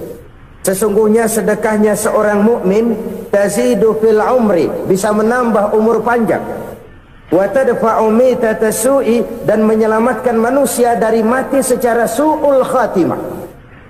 Jadi siapa yang kepengen panjang umur, banyaklah sedekah. Yang bosan hidup, pelit terus. Sedekah menambah panjang umur dan menyelamatkan manusia dari mati secara su'ul khatimah. Pak, katanya umur itu nggak bisa ditambah, nggak bisa dikurangin. Kapan? Kalau ajal sudah datang. Wa idza jaa ajaluhum la yastakhiruna sa'atan wa la yastaqdimun. Kalau ajal datang tidak bisa dimajukan, tidak bisa dimundurkan. Itu kalau ajal sudah datang. Tidak bisa lagi umur ditambah dikurangi, sudah datang. Tapi kalau belum datang, itu kan haknya Allah. Mau ditambah, mau dikurangi, hak prerogatif Allah. Sebagai pencipta manusia, Allah Maha Kuasa dan Maha Mampu. Sedekah ini menambah panjang umur dan menyelamatkan manusia dari mati secara su'ul khatimah. Itu orang mati kan sama ya, kondisinya mati, nggak nafas. Tapi hakikat mati kan lain-lain. Ada yang mati itu husnul khatimah, baik akhirnya. Misalnya lagi ngaji mati, lagi sholat mati, lagi sedekah mati. Ini yang dinamakan dengan husnul khatimah, baik di akhirnya. Sebaliknya ada yang su'ul khatimah, jelek di akhirnya. Ini yang jadi catatan akhir. Lagi nyekek botol, mampus. Lagi banting kartu, modar. Su'ul khatimah, jelek pada akhirnya. Sedekah menyelamatkan manusia dari mati secara su'ul khatimah. Dan kita semua kepengen mendapat husnul khatimah, jauh dari su'ul khatimah. Oleh sebab itu yang bisa menyelamatkan kita dari penyakit itu antara lain adalah sedekah yang disembunyikan, yang dikerjakan dengan ikhlas karena Allah, tidak karena kepengen dipuji orang, tidak karena ingin dikatakan orang pemurah. Sebab orang dermawan itu orang yang memberi tanpa harus diminta. Kalau masih harus diminta, ya belum dermawan namanya, masih harus diminta. Kalau nggak diminta ya tulus, lolos, polos. Saudara-saudara kaum muslimin rahimakumullah, harta adalah amanat dan akan kita pertanggungjawabkan. Allah melebihkan rizki sebagian kita dari yang lain agar kita saling tolong menolong, bantu membantu. Nabi janjikan siapa yang meringankan beban saudaranya muslim di dunia, Allah akan meringankan bebannya di akhirat nanti. Sebuah jaminan dari baginda Nabi. Si orang yang kita bantu barangkali tidak bisa membalas, Allah yang akan membalas lewat jalan lain yang tidak pernah kita sangka-sangka. Ada orang tanya, Pak, ini ada orang nyumbang masjid sambil marah-marah, bagaimana? Saya bilang sumbangannya aja ambil, marahnya jangan. Marahnya jangan diambil, itu urusan dia. Saudara-saudara kaum muslimin rahimakumullah, umat Islam ini kan umat yang punya potensi besar. Kadang kita merenung, kenapa kadang-kadang pembangunan masjid kok lambat sekali? Kalau hotel hari ini peletakan pertama, bulan depan peresmian. Supermarket hari ini peletakan batu pertama, minggu depan peresmian. Tapi kalau sudah yang namanya masjid, kadang-kadang peletakan batu pertama sekaligus jadi batu terakhir. 3 tahun, 4 tahun, campur nebar jalak di jalanan, duit dijaring kayak ikan sepat. Apa tidak ada orang Islam yang kaya? Banyak. Apa tidak ada pengusaha muslim yang jadi konglomerat? Ada. Lalu yang belum banyak itu yang komit terhadap nilai-nilai agamanya. Akhirnya kita jatuh jadi umat yang lemah. Belum ada pengusaha konglomerat muslim buka pabrik super mie cap bedug misalnya umpamanya atau pabrik kecap cap sorban supaya identitas keislamannya sedikit kelihatan. Kita jatuh jadi umat yang lemah karena potensi tidak terinventarisir dengan baik.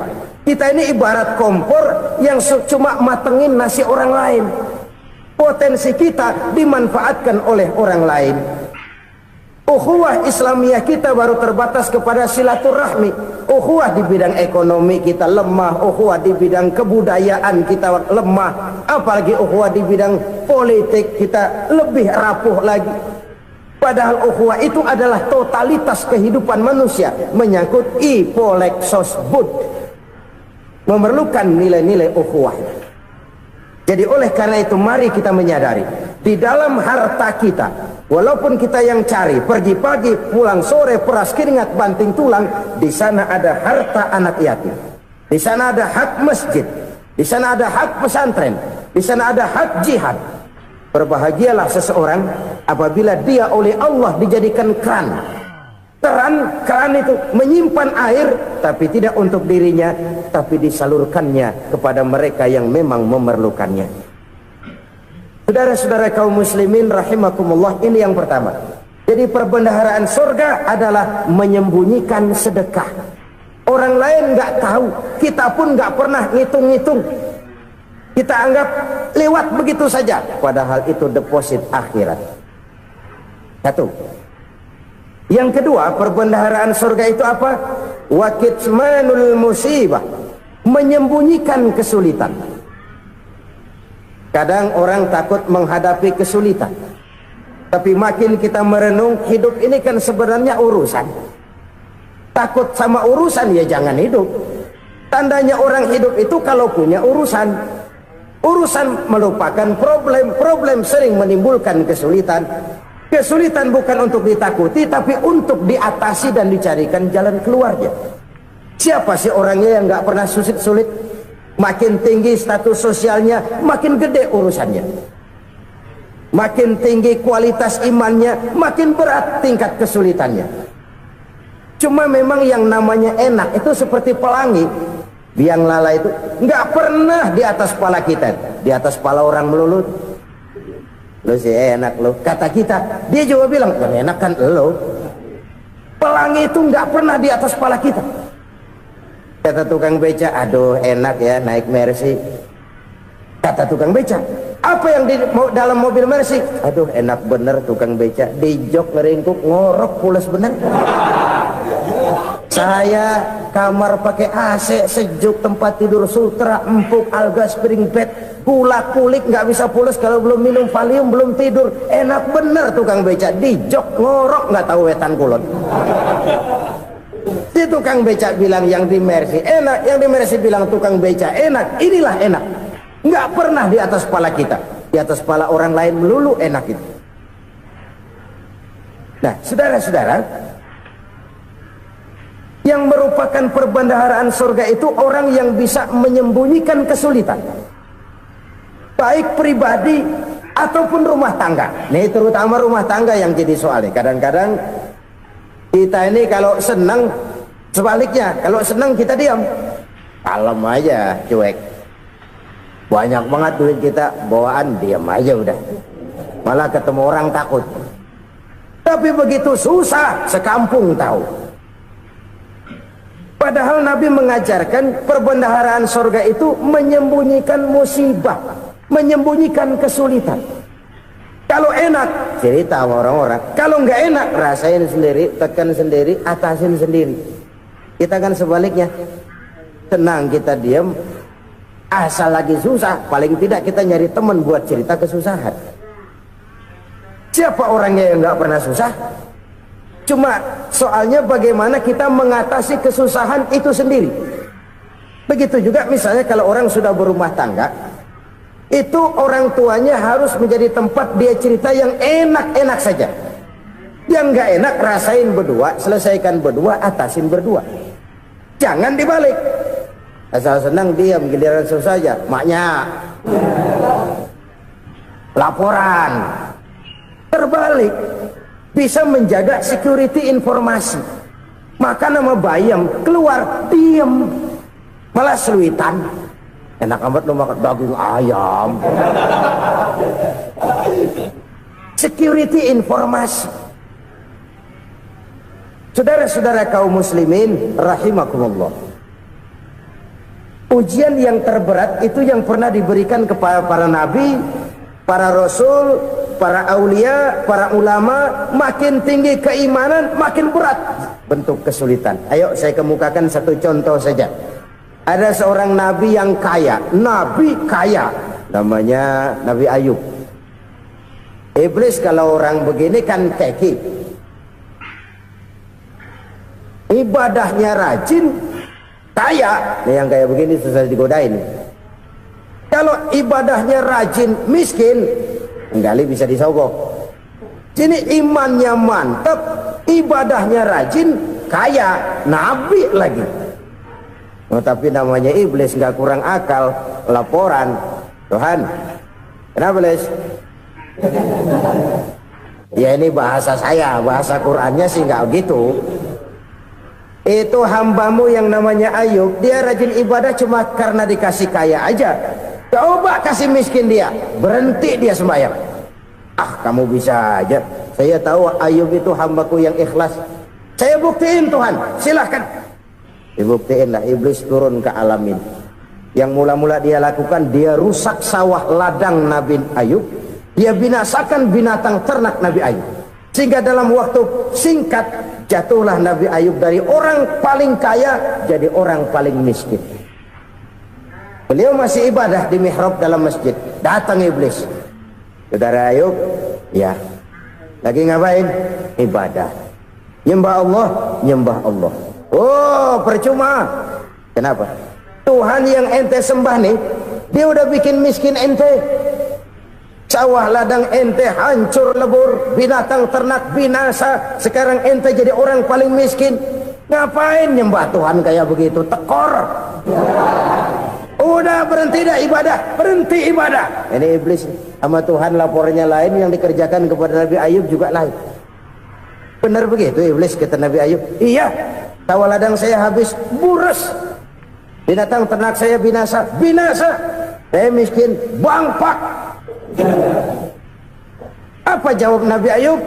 Bukan innalillahi, ini hebat. Alhamdulillahillazi a'tani wa akhza minni. Segala puji bagi Allah yang telah memberikan harta kepada saya dan sekarang mengambilnya lagi. Alhamdulillah.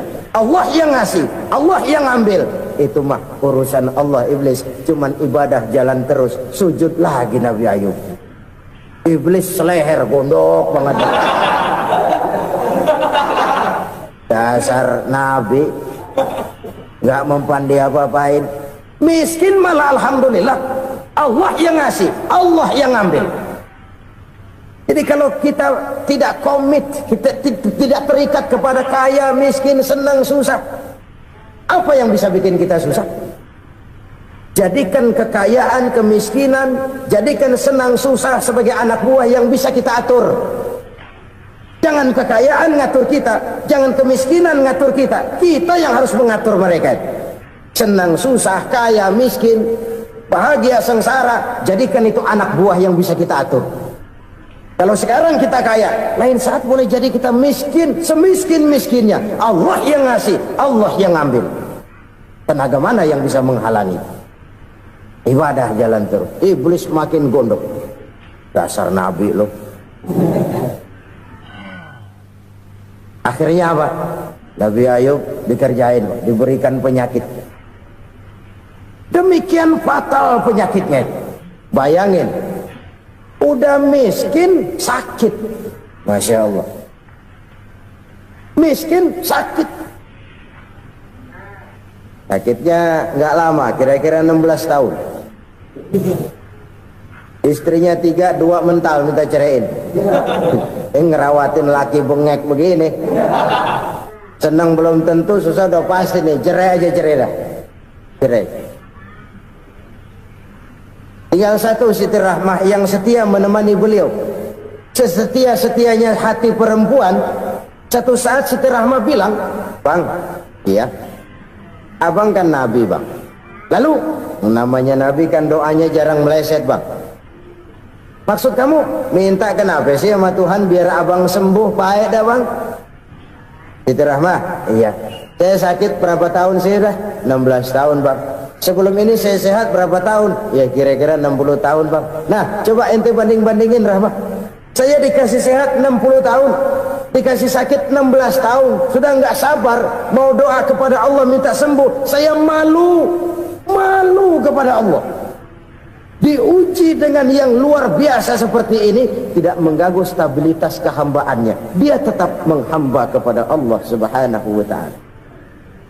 Saudara-saudara kaum muslimin rahimakumullah, kunci menghadapi kesulitan itu apa? Allah jelaskan dalam satu ayat, wa basyiris sabirin alladzina iza asabathum musibah qalu inna lillahi wa inna ilaihi raji'un. Gembirakan orang-orang yang sabar. Siapa mereka itu? Yang apabila mendapat musibah mereka kembali kepada keyakinan dasar, segalanya dari Allah dan segalanya akan kembali kepada Allah. Ini konsepsi dasar dari sikap muslim dalam menghadapi berbagai kesulitan. Segalanya dari Allah, segalanya akan kembali kepada Allah. Kalau ini sudah kondisi dasarnya, maka kita akan lapang menghadapi kenyataan bagaimanapun pahitnya. Apakah itu namanya miskin, apakah itu namanya sakit, bahkan maut sekalipun. Maut sekalipun. Segalanya dari Allah, segalanya akan kembali kepada Allah. Ini sikap hidup, bukan sekedar ucapan. Kita kadang-kadang menjadikannya sebagai ucapan. Mulutnya sehingga berhenti, innalillahi wa inna ilaihi raji'un, tapi nangisnya terus gerung-gerungan. Bukan itu, ini kesadaran moral. Kalau segalanya dari Allah, segalanya kembali kepada Allah, kan sebenarnya cuma nunggu giliran. Hari ini saya nyembayangin dia, entah hari apa saya disembayangin orang. Hari ini saya antar dia ke kubur, entah hari apa orang nganterin saya ke kubur. Hari ini saya tahlilkan dia, entah nanti kapan orang tahlilkan saya. Segalanya dari Allah, segalanya akan kembali juga kepada Allah. Oleh sebab itu saudara-saudara, kesulitan bukan untuk ditakuti. Kesulitan justru untuk diatasi, dicarikan jalan keluarnya. Dan tidak ada orang yang tidak pernah mendapat kesulitan. Tidak ada. Semakin tinggi status sosial, semakin tinggi kualitas keimanan, semakin besar juga tingkat kesulitan. Hanya saja bagaimana cara kita mengatasinya. Dan Al-Quran menyatakan, inna ma'al usri yusra. Di balik kesulitan itu pasti ada kemudahan. Roda itu berputar. Karena itu Rasulullah sallallahu alaihi wasallam mengingatkan kepada kita, ta'arraf ilallahi fir raha ya'rifka fis syiddah. Ingatlah kepada Allah di waktu kamu senang, supaya Allah ingat kepada kamu di waktu kamu susah. Kalau waktu senang kita ingat kepada Allah, kita susah, Allah tidak akan meninggalkan kita. Tapi kalau waktu senang kita jauh dari Allah, sujud tidak sempat, dengan masjid jauh, ketika senang kita lupakan Allah, nanti begitu kita susah, Allah lupakan kita, dan itu menyakitkan. Oleh karena itu orang-orang tua kita dulu bilang, kalau lagi sehat ingat-ingat lu bakal sakit nanti. Kalau lagi kaya ingat-ingat satu saat kita bakal jatuh miskin. Bahkan kalau lagi muda ingat-ingat kita bakal tua. Dan yang terpenting, kalau lagi hidup ingat-ingat kita bakal mati. Saudara-saudara kaum muslimin rahimakumullah. Jadi yang kedua yang merupakan perbendaharaan surga, menyembunyikan musibah. Saudara-saudara kaum muslimin rahimakumullah. Hal ketiga yang merupakan perbendaharaan surga adalah wasilatur rahmi. Orang yang suka bersilaturahmi. Sebagaimana yang kita maklum bahwa manusia adalah makhluk yang disebut zon politika. Makhluk sosial yang tidak mungkin hidup sendiri-sendiri. Betapa dan siapapun kita memerlukan orang lain. Bodoh betul manusia kalau tinggal di tengah masyarakat tapi tidak mau bermasyarakat. Merasa hebat sendiri, pintar sendiri, gagah sendiri, kaya sendiri. Mungkin kalau mati juga ngubur sendiri. Jangankan kita di sini, di sorga saja Nabi Adam waktu sendirian bengong melulu, mondar mandir. Allah tegur dalam sepi dam. Ya ini kalau bahasa saya. Iya Tuhan, sepi ini nggak ada coret-corekan pisan ini. Diciptakan Siti Hawa baru anteng Nabi Adam. Itu di surga. Cobalah. Umpamanya saudara tinggal di Jakarta nih. Kayak bener. Apaan aja di Jakarta punya saudara dah. Jembatan Semanggi ambil. Monas buntel bawa pulang. Hotel-hotel ambil semua. Cuman tinggal di Jakarta sendirian, apa enaknya? Betapa dan siapapun kita perlu orang lain. Tidak ada seorang pun yang bisa memenuhi kebutuhan hidupnya secara sendiri-sendiri. Nah, Islam telah menyelamatkan manusia dari ras diskriminasi, mengikat manusia dengan persaudaraan yang berlandaskan kepada akidah. Karena itu dianjurkan bersilaturahmi. Bahkan Nabi menyatakan, man arada ayyubsata lahu fi rizqihi wa yunsa'a fi atharihi falyasil rahimah. Siapa yang kepengen diluaskan rezekinya dan dipanjangkan usianya, banyaklah ia bersilaturahmi. Siapa yang kepengen dimudahkan rezekinya, hendaknya ia banyak bersilaturahmi. Kalau banyak teman, kesulitan kan paling tidak ada tempat cerita. Udah susah sendirian, kita pikirin diri, nggak ada tempat tukar pikiran. Cepet banget sama bengek.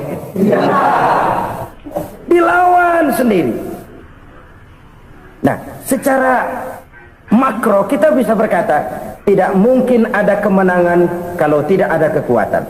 Tidak ada kekuatan kalau tidak ada kesatuan dan persatuan. Tidak mungkin ada kesatuan dan persatuan tanpa semangat silaturahmi. Kalau umat Islam mau menang, dia harus kuat. Kalau umat Islam mau kuat, dia harus bersatu. Kalau umat Islam mau bersatu, dia harus membudayakan silaturahmi ini. Bahkan sampai-sampai kata Nabi, kalau bisa cari nilai tambah. Apa? Silman qata'at. Bersilaturahmilah kau kepada orang yang marah denganmu. Masya Allah, indahnya ajaran agama kita. Orang yang marah pun kepada kita, kata Nabi, kalau bisa bersilaturahmilah kepadanya, kepada orang yang marah itu. Di situ nilai tambah. Cuman jujur nih hadis, ngucapinnya gampang, ngamalinnya yang berat banget. Orang marah sama kita, kita disuruh silaturahmi. Ada apa sama lu? Lu marah, ada gua marahan lagi. Tunggu pikirin. Saudara-saudara kaum muslimin rahimakumullah. Tapi ini yang diajarkan, bahkan ini yang dicontohkan oleh baginda Rasul. Bagaimana begitu mudah? Misalnya satu saat Abu Jahal ini ngatur strategi bagaimana bikin Muhammad celaka. Dia gali lubang di depan tempat tidurnya. Dia tutupin daun korma. Terus dia panggil seseorang, ke sini. Kasih tahu Muhammad, pamannya sakit keras, minta ditengokin. Berangkat orang ini ke sana. Muhammad, labbaik. Pamanmu sakit keras, dia minta ditengokin. Baik, saya akan datang menjenguk beliau. Berangkatlah Nabi ke rumah Abu Jahal tanpa prasangka apapun. Abu Jahal udah pasang stil, selimut 3 rangkap setengah dipakai, persis kayak orang meriang. Tapi sembari ngintip dari balik selimut, begitu Muhammad buka pintu, nah masuk perangkap nih. Muhammad jalan menuju tempat pembaringan. Makin lama makin dekat, makin lama makin dekat, makin dekat ke lubang yang dipasang oleh Abu Jahal itu. Dalam hati Abu Jahal, terus dah jatuh, mampus dah lo ini. Mampus lo hari ini nih. Apa yang terjadi? Malaikat Jibril datang. Muhammad, pamanmu cuma pura-pura sakit. Di depan tempat tidurnya ada lubang perangkap supaya kamu jatuh ke situ. Sudah, kamu pulang. Balik kanan Nabi. Sudah hampir jatuh ke lubang, balik kanan, pulang. Bayangin kecewanya Abu Jahal. Muhammad dikit lagi, Muhammad dikit lagi. Enggak paman, saya pulang aja. Emosi bangun dari tempat tidur, enggak sadar kalau lagi pura-pura sakit. Lompat ngejar Nabi, dia lupa dengan lubang yang dia gali. Pusrak, nyemplung sendiri ke dalam lubang.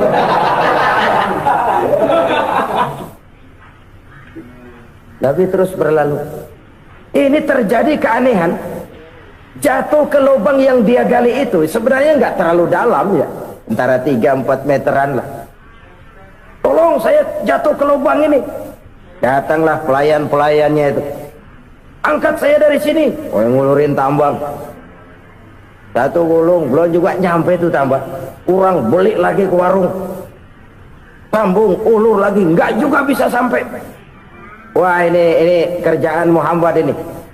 Tolong, siapa salah seorang kamu ke rumah Muhammad, kasih tahu encangnya kecebur. Minta ditolongin. Sampaikan kepada Rasul. Kenapa? pamanmu jatuh ke lubang, Muhammad minta tolong diangkatin. Tambang udah nyambung-nyambung nggak nyampe juga. Ya nanti saya datang, saya tolong. Coba nyata-nyata orang berniat jahat mau mencelakakan dia, datang dia menolong. Ini yang disebut air tuba dibalas air susu ya, ini bukan sebaliknya. Air tuba dibalas air susu. Paman kecebur ya? Iya Muhammad, tolong ini. Pegang tangan saya. Nabi ulurkan tangannya, nyampe, dipegang oleh Abu Jahal, diangkat ke atas, sampai atas. Apa kata Abu Jahal? Sihirmu memang hebat Muhammad. Udah ditolongin dikata sihir, yang enak kita kemplang kan itu orang begitu. Urusan apa? Tapi inilah akhlak. Kalau bisa kamu bersilaturahmilah dengan orang yang marah kepadamu sekalipun. Orang marah kita tetap baik. Toh kalau kita berbuat baik sama orang yang memang baik, rasanya sih biasa-biasa aja. Orang baik kita baik lagi, ya draw aja, belum ada nilai tambah di situ. Baru ada nilai tambah kalau kita bisa berbuat baik kepada orang yang nyakitin kita. Itu namanya kita setingkat di atas dia. Dia sakitin kita, kita berbuat baik sama dia. Dia pelit sama kita, kita baik sama dia. Dia marahin kita, kita deketin dia. Di situ kita punya nilai tambah.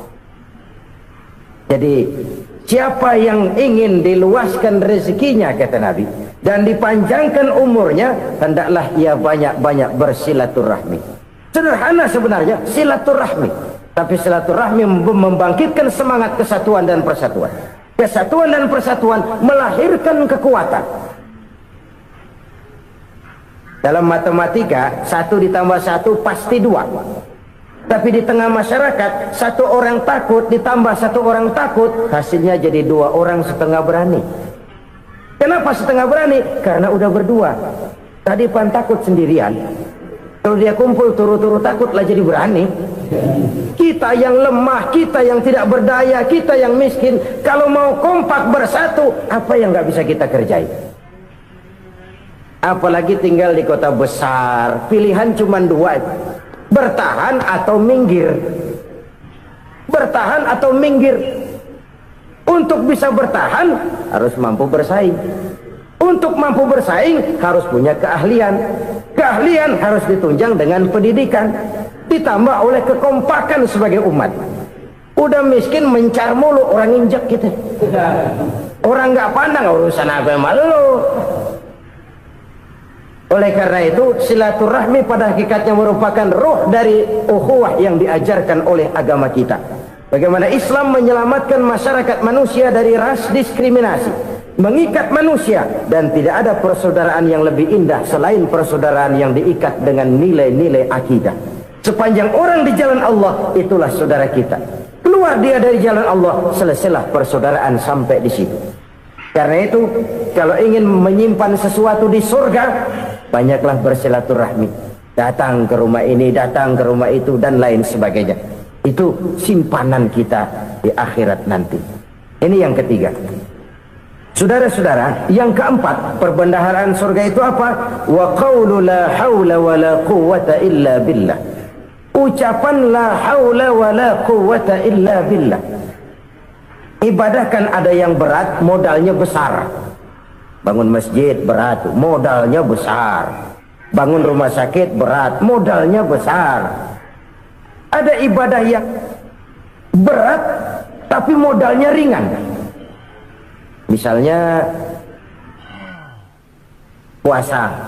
Puasa itu berat, mengendalikan nafsu. Kalau sekedar nggak makan nggak minum sih enteng, mengendalikan nafsu. Itu jihad terbesar, tapi kan modalnya ringan, cuma niat saja. Ini ibadah berat, modalnya ringan. Ada ibadah yang ringan, modalnya juga enteng. Seperti termasuk ucapan la haula wa la quwwata illa billah. Tanpa sadar, la haula wa la quwwata illa billah. Nyelengin tuh di surga. Nyelengin, kita nggak terasa, nyelengin simpenan akhirat. La haula wa la quwwata illa billah. Nyimpan lagi.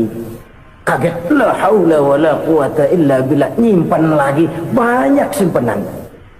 Walaupun sebenarnya yang dimaksud di sini adalah kesadaran batin bahwa tidak ada daya dan kekuatan kecuali Allah. Itu intinya. Kita memulai pekerjaan disunahkan baca bismillah, kan begitu? Apa itu? Kesadaran moral bahwa ini saya bisa kerjakan. Saya kerjakan ini dengan menyebut nama Allah. Kenapa? Kalau Allah tidak memberikan daya dan kekuatan, mana mampu saya kerjakan ini. Maka saya kerjakan ini dengan menyebut nama Allah. Bismillah. Kesadaran moral. Manusia hanya wajib berusaha, tapi nggak pernah wajib berhasil.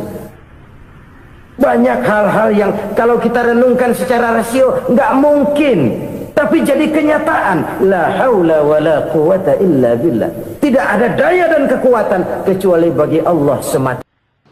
Subhanallah, sungguh luar biasa apa yang sudah disampaikan oleh guru kita almarhum Kiai Haji Zainuddin MZ. Sahabat beriman yang dirahmati Allah, tetaplah di channel ini karena kajian ini belum selesai. Dan masih banyak hal-hal menarik yang akan disampaikan oleh guru kita almarhum Kiai Haji Zainuddin MZ. Maka dari itu tetaplah di sini dan mari kita lanjutkan kembali. Selamat mendengarkan.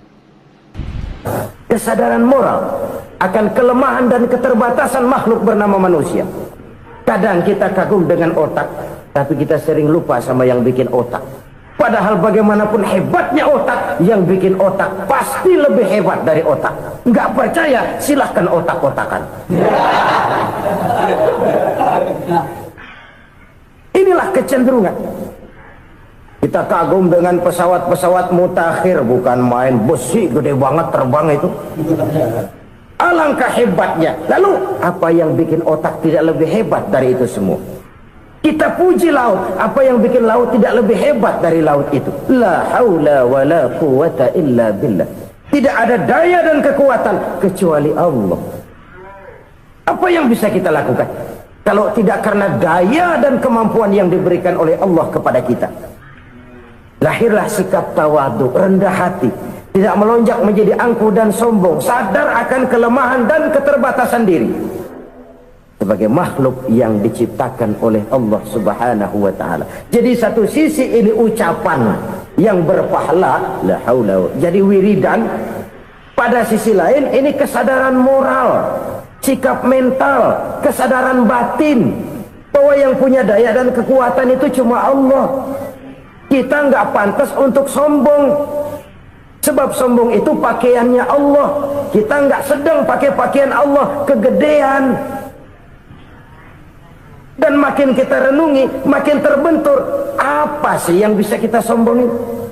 Kita mau sombong apa? Kaya? Pintar? Itu kan semua relatif. Di atas langit masih ada langit lagi.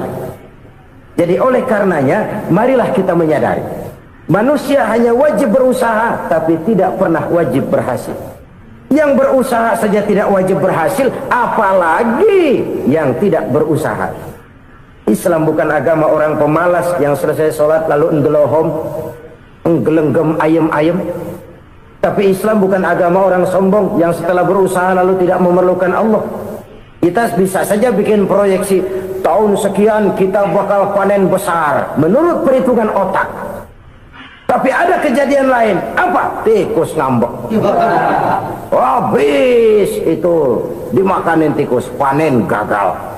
Proyeksi rasional gagal oleh tikus-tikus yang ngambek itu. Bisa saja terjadi. Tahun depan kita panen besar, urung. Kenapa? Musim panas panjang.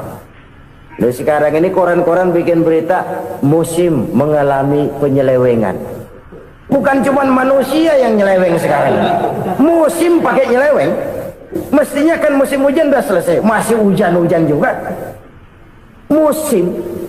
Nah sekarang kita boleh bikin proyeksi, kita bakal panen besar. Tahu-tahu musim panas panjang, sawah retak, air kering. Cari teknokrat yang paling botak, suruh pendekin tuh musim panas. La haula wala quwata illa billah. Inilah kesadaran moral.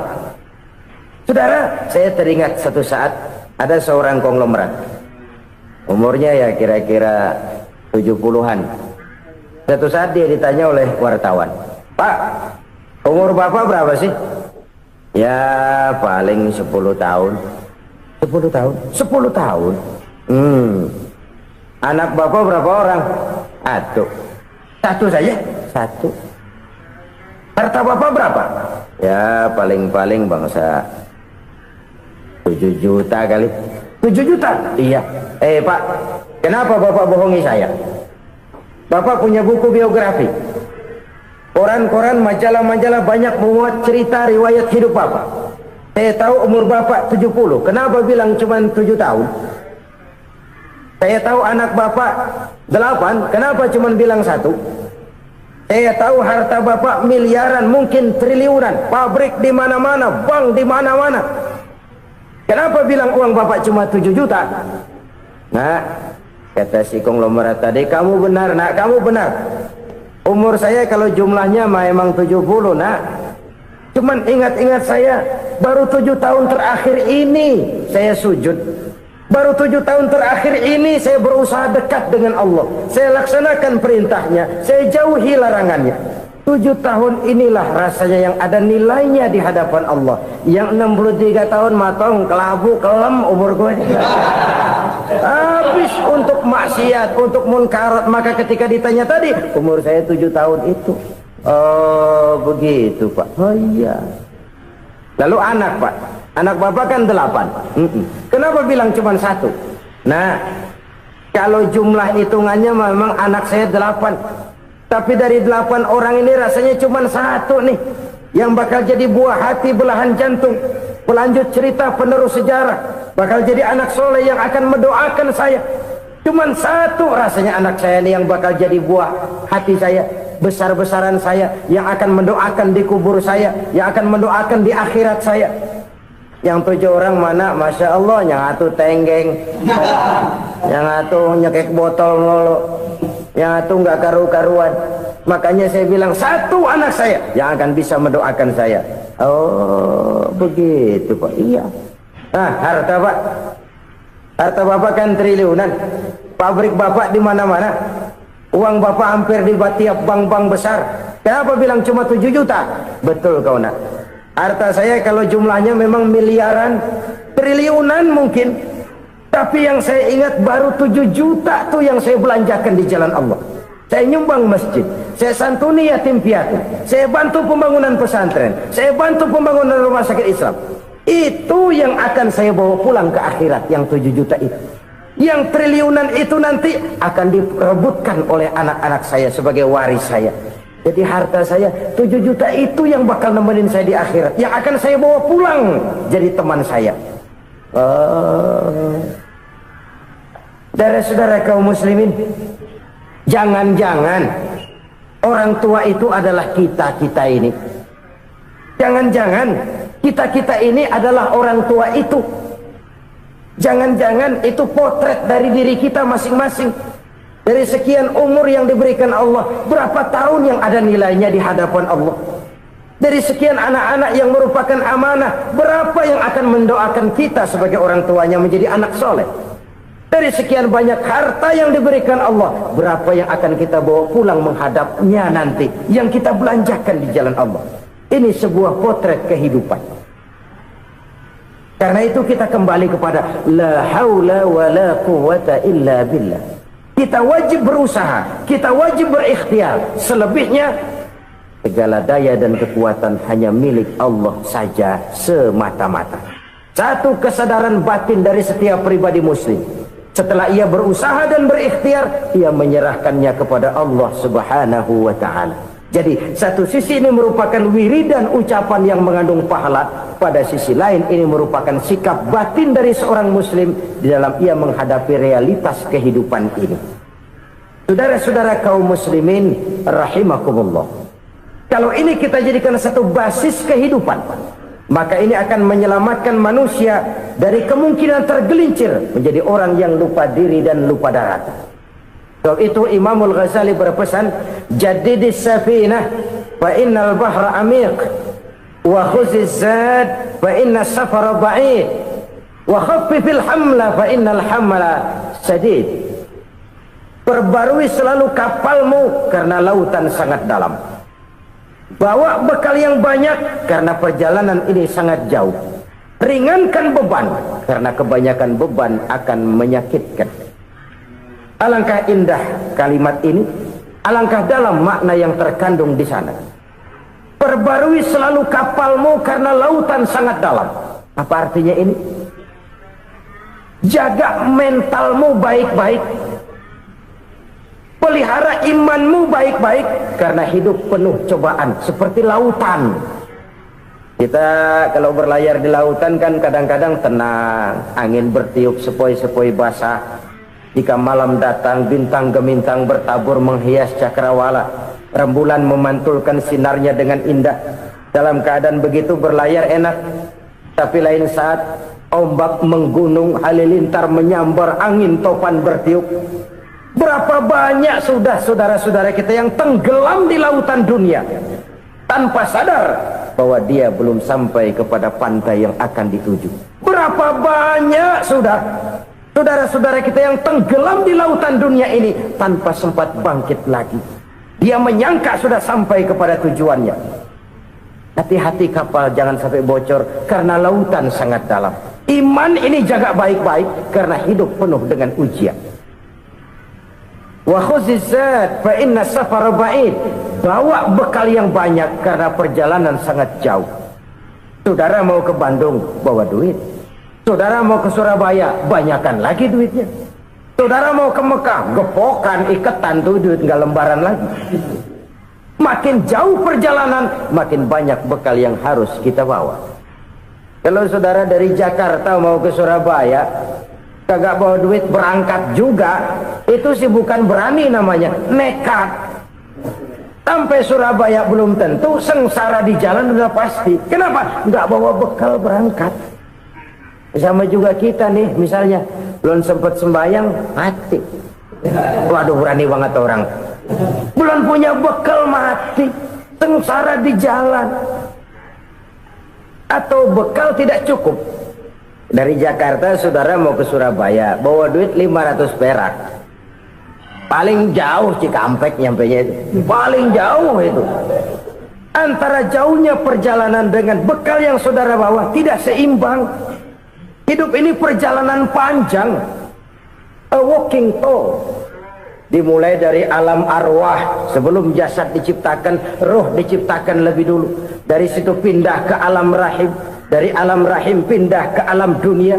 Dari alam dunia pindah ke alam barzah. Baru menuju akhirat. Satu perjalanan panjang. Kalau bekal tidak bawa, sengsara di jalan. Bawa bekal yang banyak karena perjalanan ini sangat jauh. Wa khaffifil hamla, ringankan beban karena beban itu cuma akan menyulitkan. Kalau bekal itu sih keperluan, tapi beban nggak kita perluin, cuma ngeberat-beratin. Apa ini beban? Dosa, kecurangan, kebatilan, kezoliman, ketidakadilan, kesewenang-wenangan. Itu akan jadi beban kita di akhirat. Alangkah celakanya, perjalanan panjang, bekal tidak bawa, beban kelewat banyak, alamat sengsara di jalan. Pahala tidak ada, dosa berlipat ganda. Na'udzubillah, summa na'udzubillah. Kalau kita rangkum nasihat Al-Ghazali dengan kisah si konglomerat tadi, kita akan mengambil kesimpulan. Pertama, bekal terbaik dalam menghadapi gejolak kehidupan ini tidak lain adalah iman. Yang kedua, pahala dan dosa. Dua hal kontroversial. Pahala adalah bekal, dosa adalah beban. Tapi kita sekarang kan tidak begitu terangsang kepada yang abstrak. Orang berlomba mencari yang konkret-konkret saja, yang real. Kalau memang dosa, benjol dong, kira-kira begitu. Kira-kira begitu. Persis orang Yahudi dulu. Orang Yahudi itu kan pernah minta kepada Nabi Musa, Ya Musa, lan nu'mina laka hatta narallaha jahrah. Musa, kami nggak bakal mau beriman kepada Allah kalau belum kami lihat Allah ada nongkrong di depan kami. Kalau memang Tuhan ada, taruh dong di depan kami. Mau yang konkret-konkret saja. Kalau memang dosa, benjol dong. Kalau memang pahala, berasa dong. Orang terangsang kepada yang real, yang konkret-konkret saja. Karena itu, untuk mengejar dosa orang mau bayar. Tapi untuk mengejar pahala, walaupun tidak bayar, orang segan. Ini yang dikatakan oleh Nabi, kamu mengharapkan ke surga, tapi kamu berat melaksanakan sesuatu yang bisa membawa kamu ke surga. Kamu ingin jauh dari neraka, tapi tiap saat kamu lakukan perbuatan-perbuatan yang justru menjerumuskan kamu ke neraka. Idda'aitum an-najata minan nar wa ramaitum fiha anfusakum. Kamu ingin selamat dari neraka, tapi kamu lemparkan diri kamu ke neraka. Kamu ingin masuk surga, tapi berat sekali kamu melakukan perbuatan-perbuatan yang bisa menyampaikan kamu di surga. Saudara-saudara kaum muslimin rahimakumullah. Jadi hal keempat yang merupakan perbendaharaan surga adalah la haula wa la quwwata illa billah. Satu sisi ini merupakan ucapan yang memperberat timbangan akhirat. Pada sisi lain ini merupakan sikap hidup seorang muslim, kesadaran batin yang sangat dalam bahwa tidak ada daya dan kekuatan kecuali Allah. Dan itu kita simbolkan pada saat memulai pekerjaan dengan bismillah, dengan menyebut nama Allah. Satu kesadaran moral, saya hanya bisa melakukan ini karena diberikan daya dan kekuatan oleh Allah. Lahirlah sikap tawadu, rendah hati, tidak melonjak menjadi angkuh dan sombong. Saudara-saudara, sampai sini dulu jumpa kita kali ini. Semoga 4 perbendaharaan surga ini dapat kita lakukan, yang kelak akan merupakan bekal kita di kemudian hari nanti. Amin ya rabbal alamin. Terima kasih atas segala perhatian, mohon maaf atas segala kekurangan. Usikum wa iyaya bitaqwallah. Wassalamualaikum warahmatullahi wabarakatuh. Waalaikumsalam warahmatullahi wabarakatuh. Alhamdulillahirrabbilalamin. Itulah tadi tausiah yang sangat luar biasa yang disampaikan oleh guru kita almarhum Kiai Haji Zainuddin MZ. Tentunya banyak sekali hikmah dan manfaat yang bisa kita petik. Sahabat beriman yang dirahmati Allah, mari kita doakan guru kita, semoga beliau diampuni segala dosa-dosanya dan dilapangkan kuburnya. Amin ya rabbal alamin. Dan buat sahabatku semua yang sudah setia menonton video ini sampai selesai, saya ucapkan terima kasih banyak. Semoga Allah Subhanahu wa taala senantiasa selalu melimpahkan rahmat dan karunia-Nya kepada sahabatku semua. Selalu diberikan kesehatan, diberikan kemudahan, dan dilancarkan rezekinya. Amin ya rabbal alamin. Baiklah, untuk hari ini cukup sampai di sini dulu. Sampai bertemu lagi di kajian berikutnya. Wabillahi taufiq wal hidayah, waridho wal inayah. Assalamualaikum warahmatullahi wabarakatuh. Setelah kita mendengarkan bersama kajian penuh ilmu, penuh hikmah dan manfaat yang sudah disampaikan oleh guru kita Al-Maghfurullah Kiai Haji Zainuddin MZ, sekarang mari kita lanjutkan aktivitas kita masing-masing. Saya doakan semoga sahabat semua selalu diberikan kesehatan, kemudahan dan kelancaran. Amin ya rabbal alamin. Sampai bertemu lagi di video Samudra Doa berikutnya. Assalamualaikum warahmatullahi wabarakatuh. Assalamualaikum warahmatullahi wabarakatuh. Alhamdulillahirrabbilalamin. Wassalatu wassalamu ala ashrafil anbiya'i wal mursalin Sayyidina Muhammadin wa ala alihi wa sahbihi ajma'in. Amma ba'du. Sahabat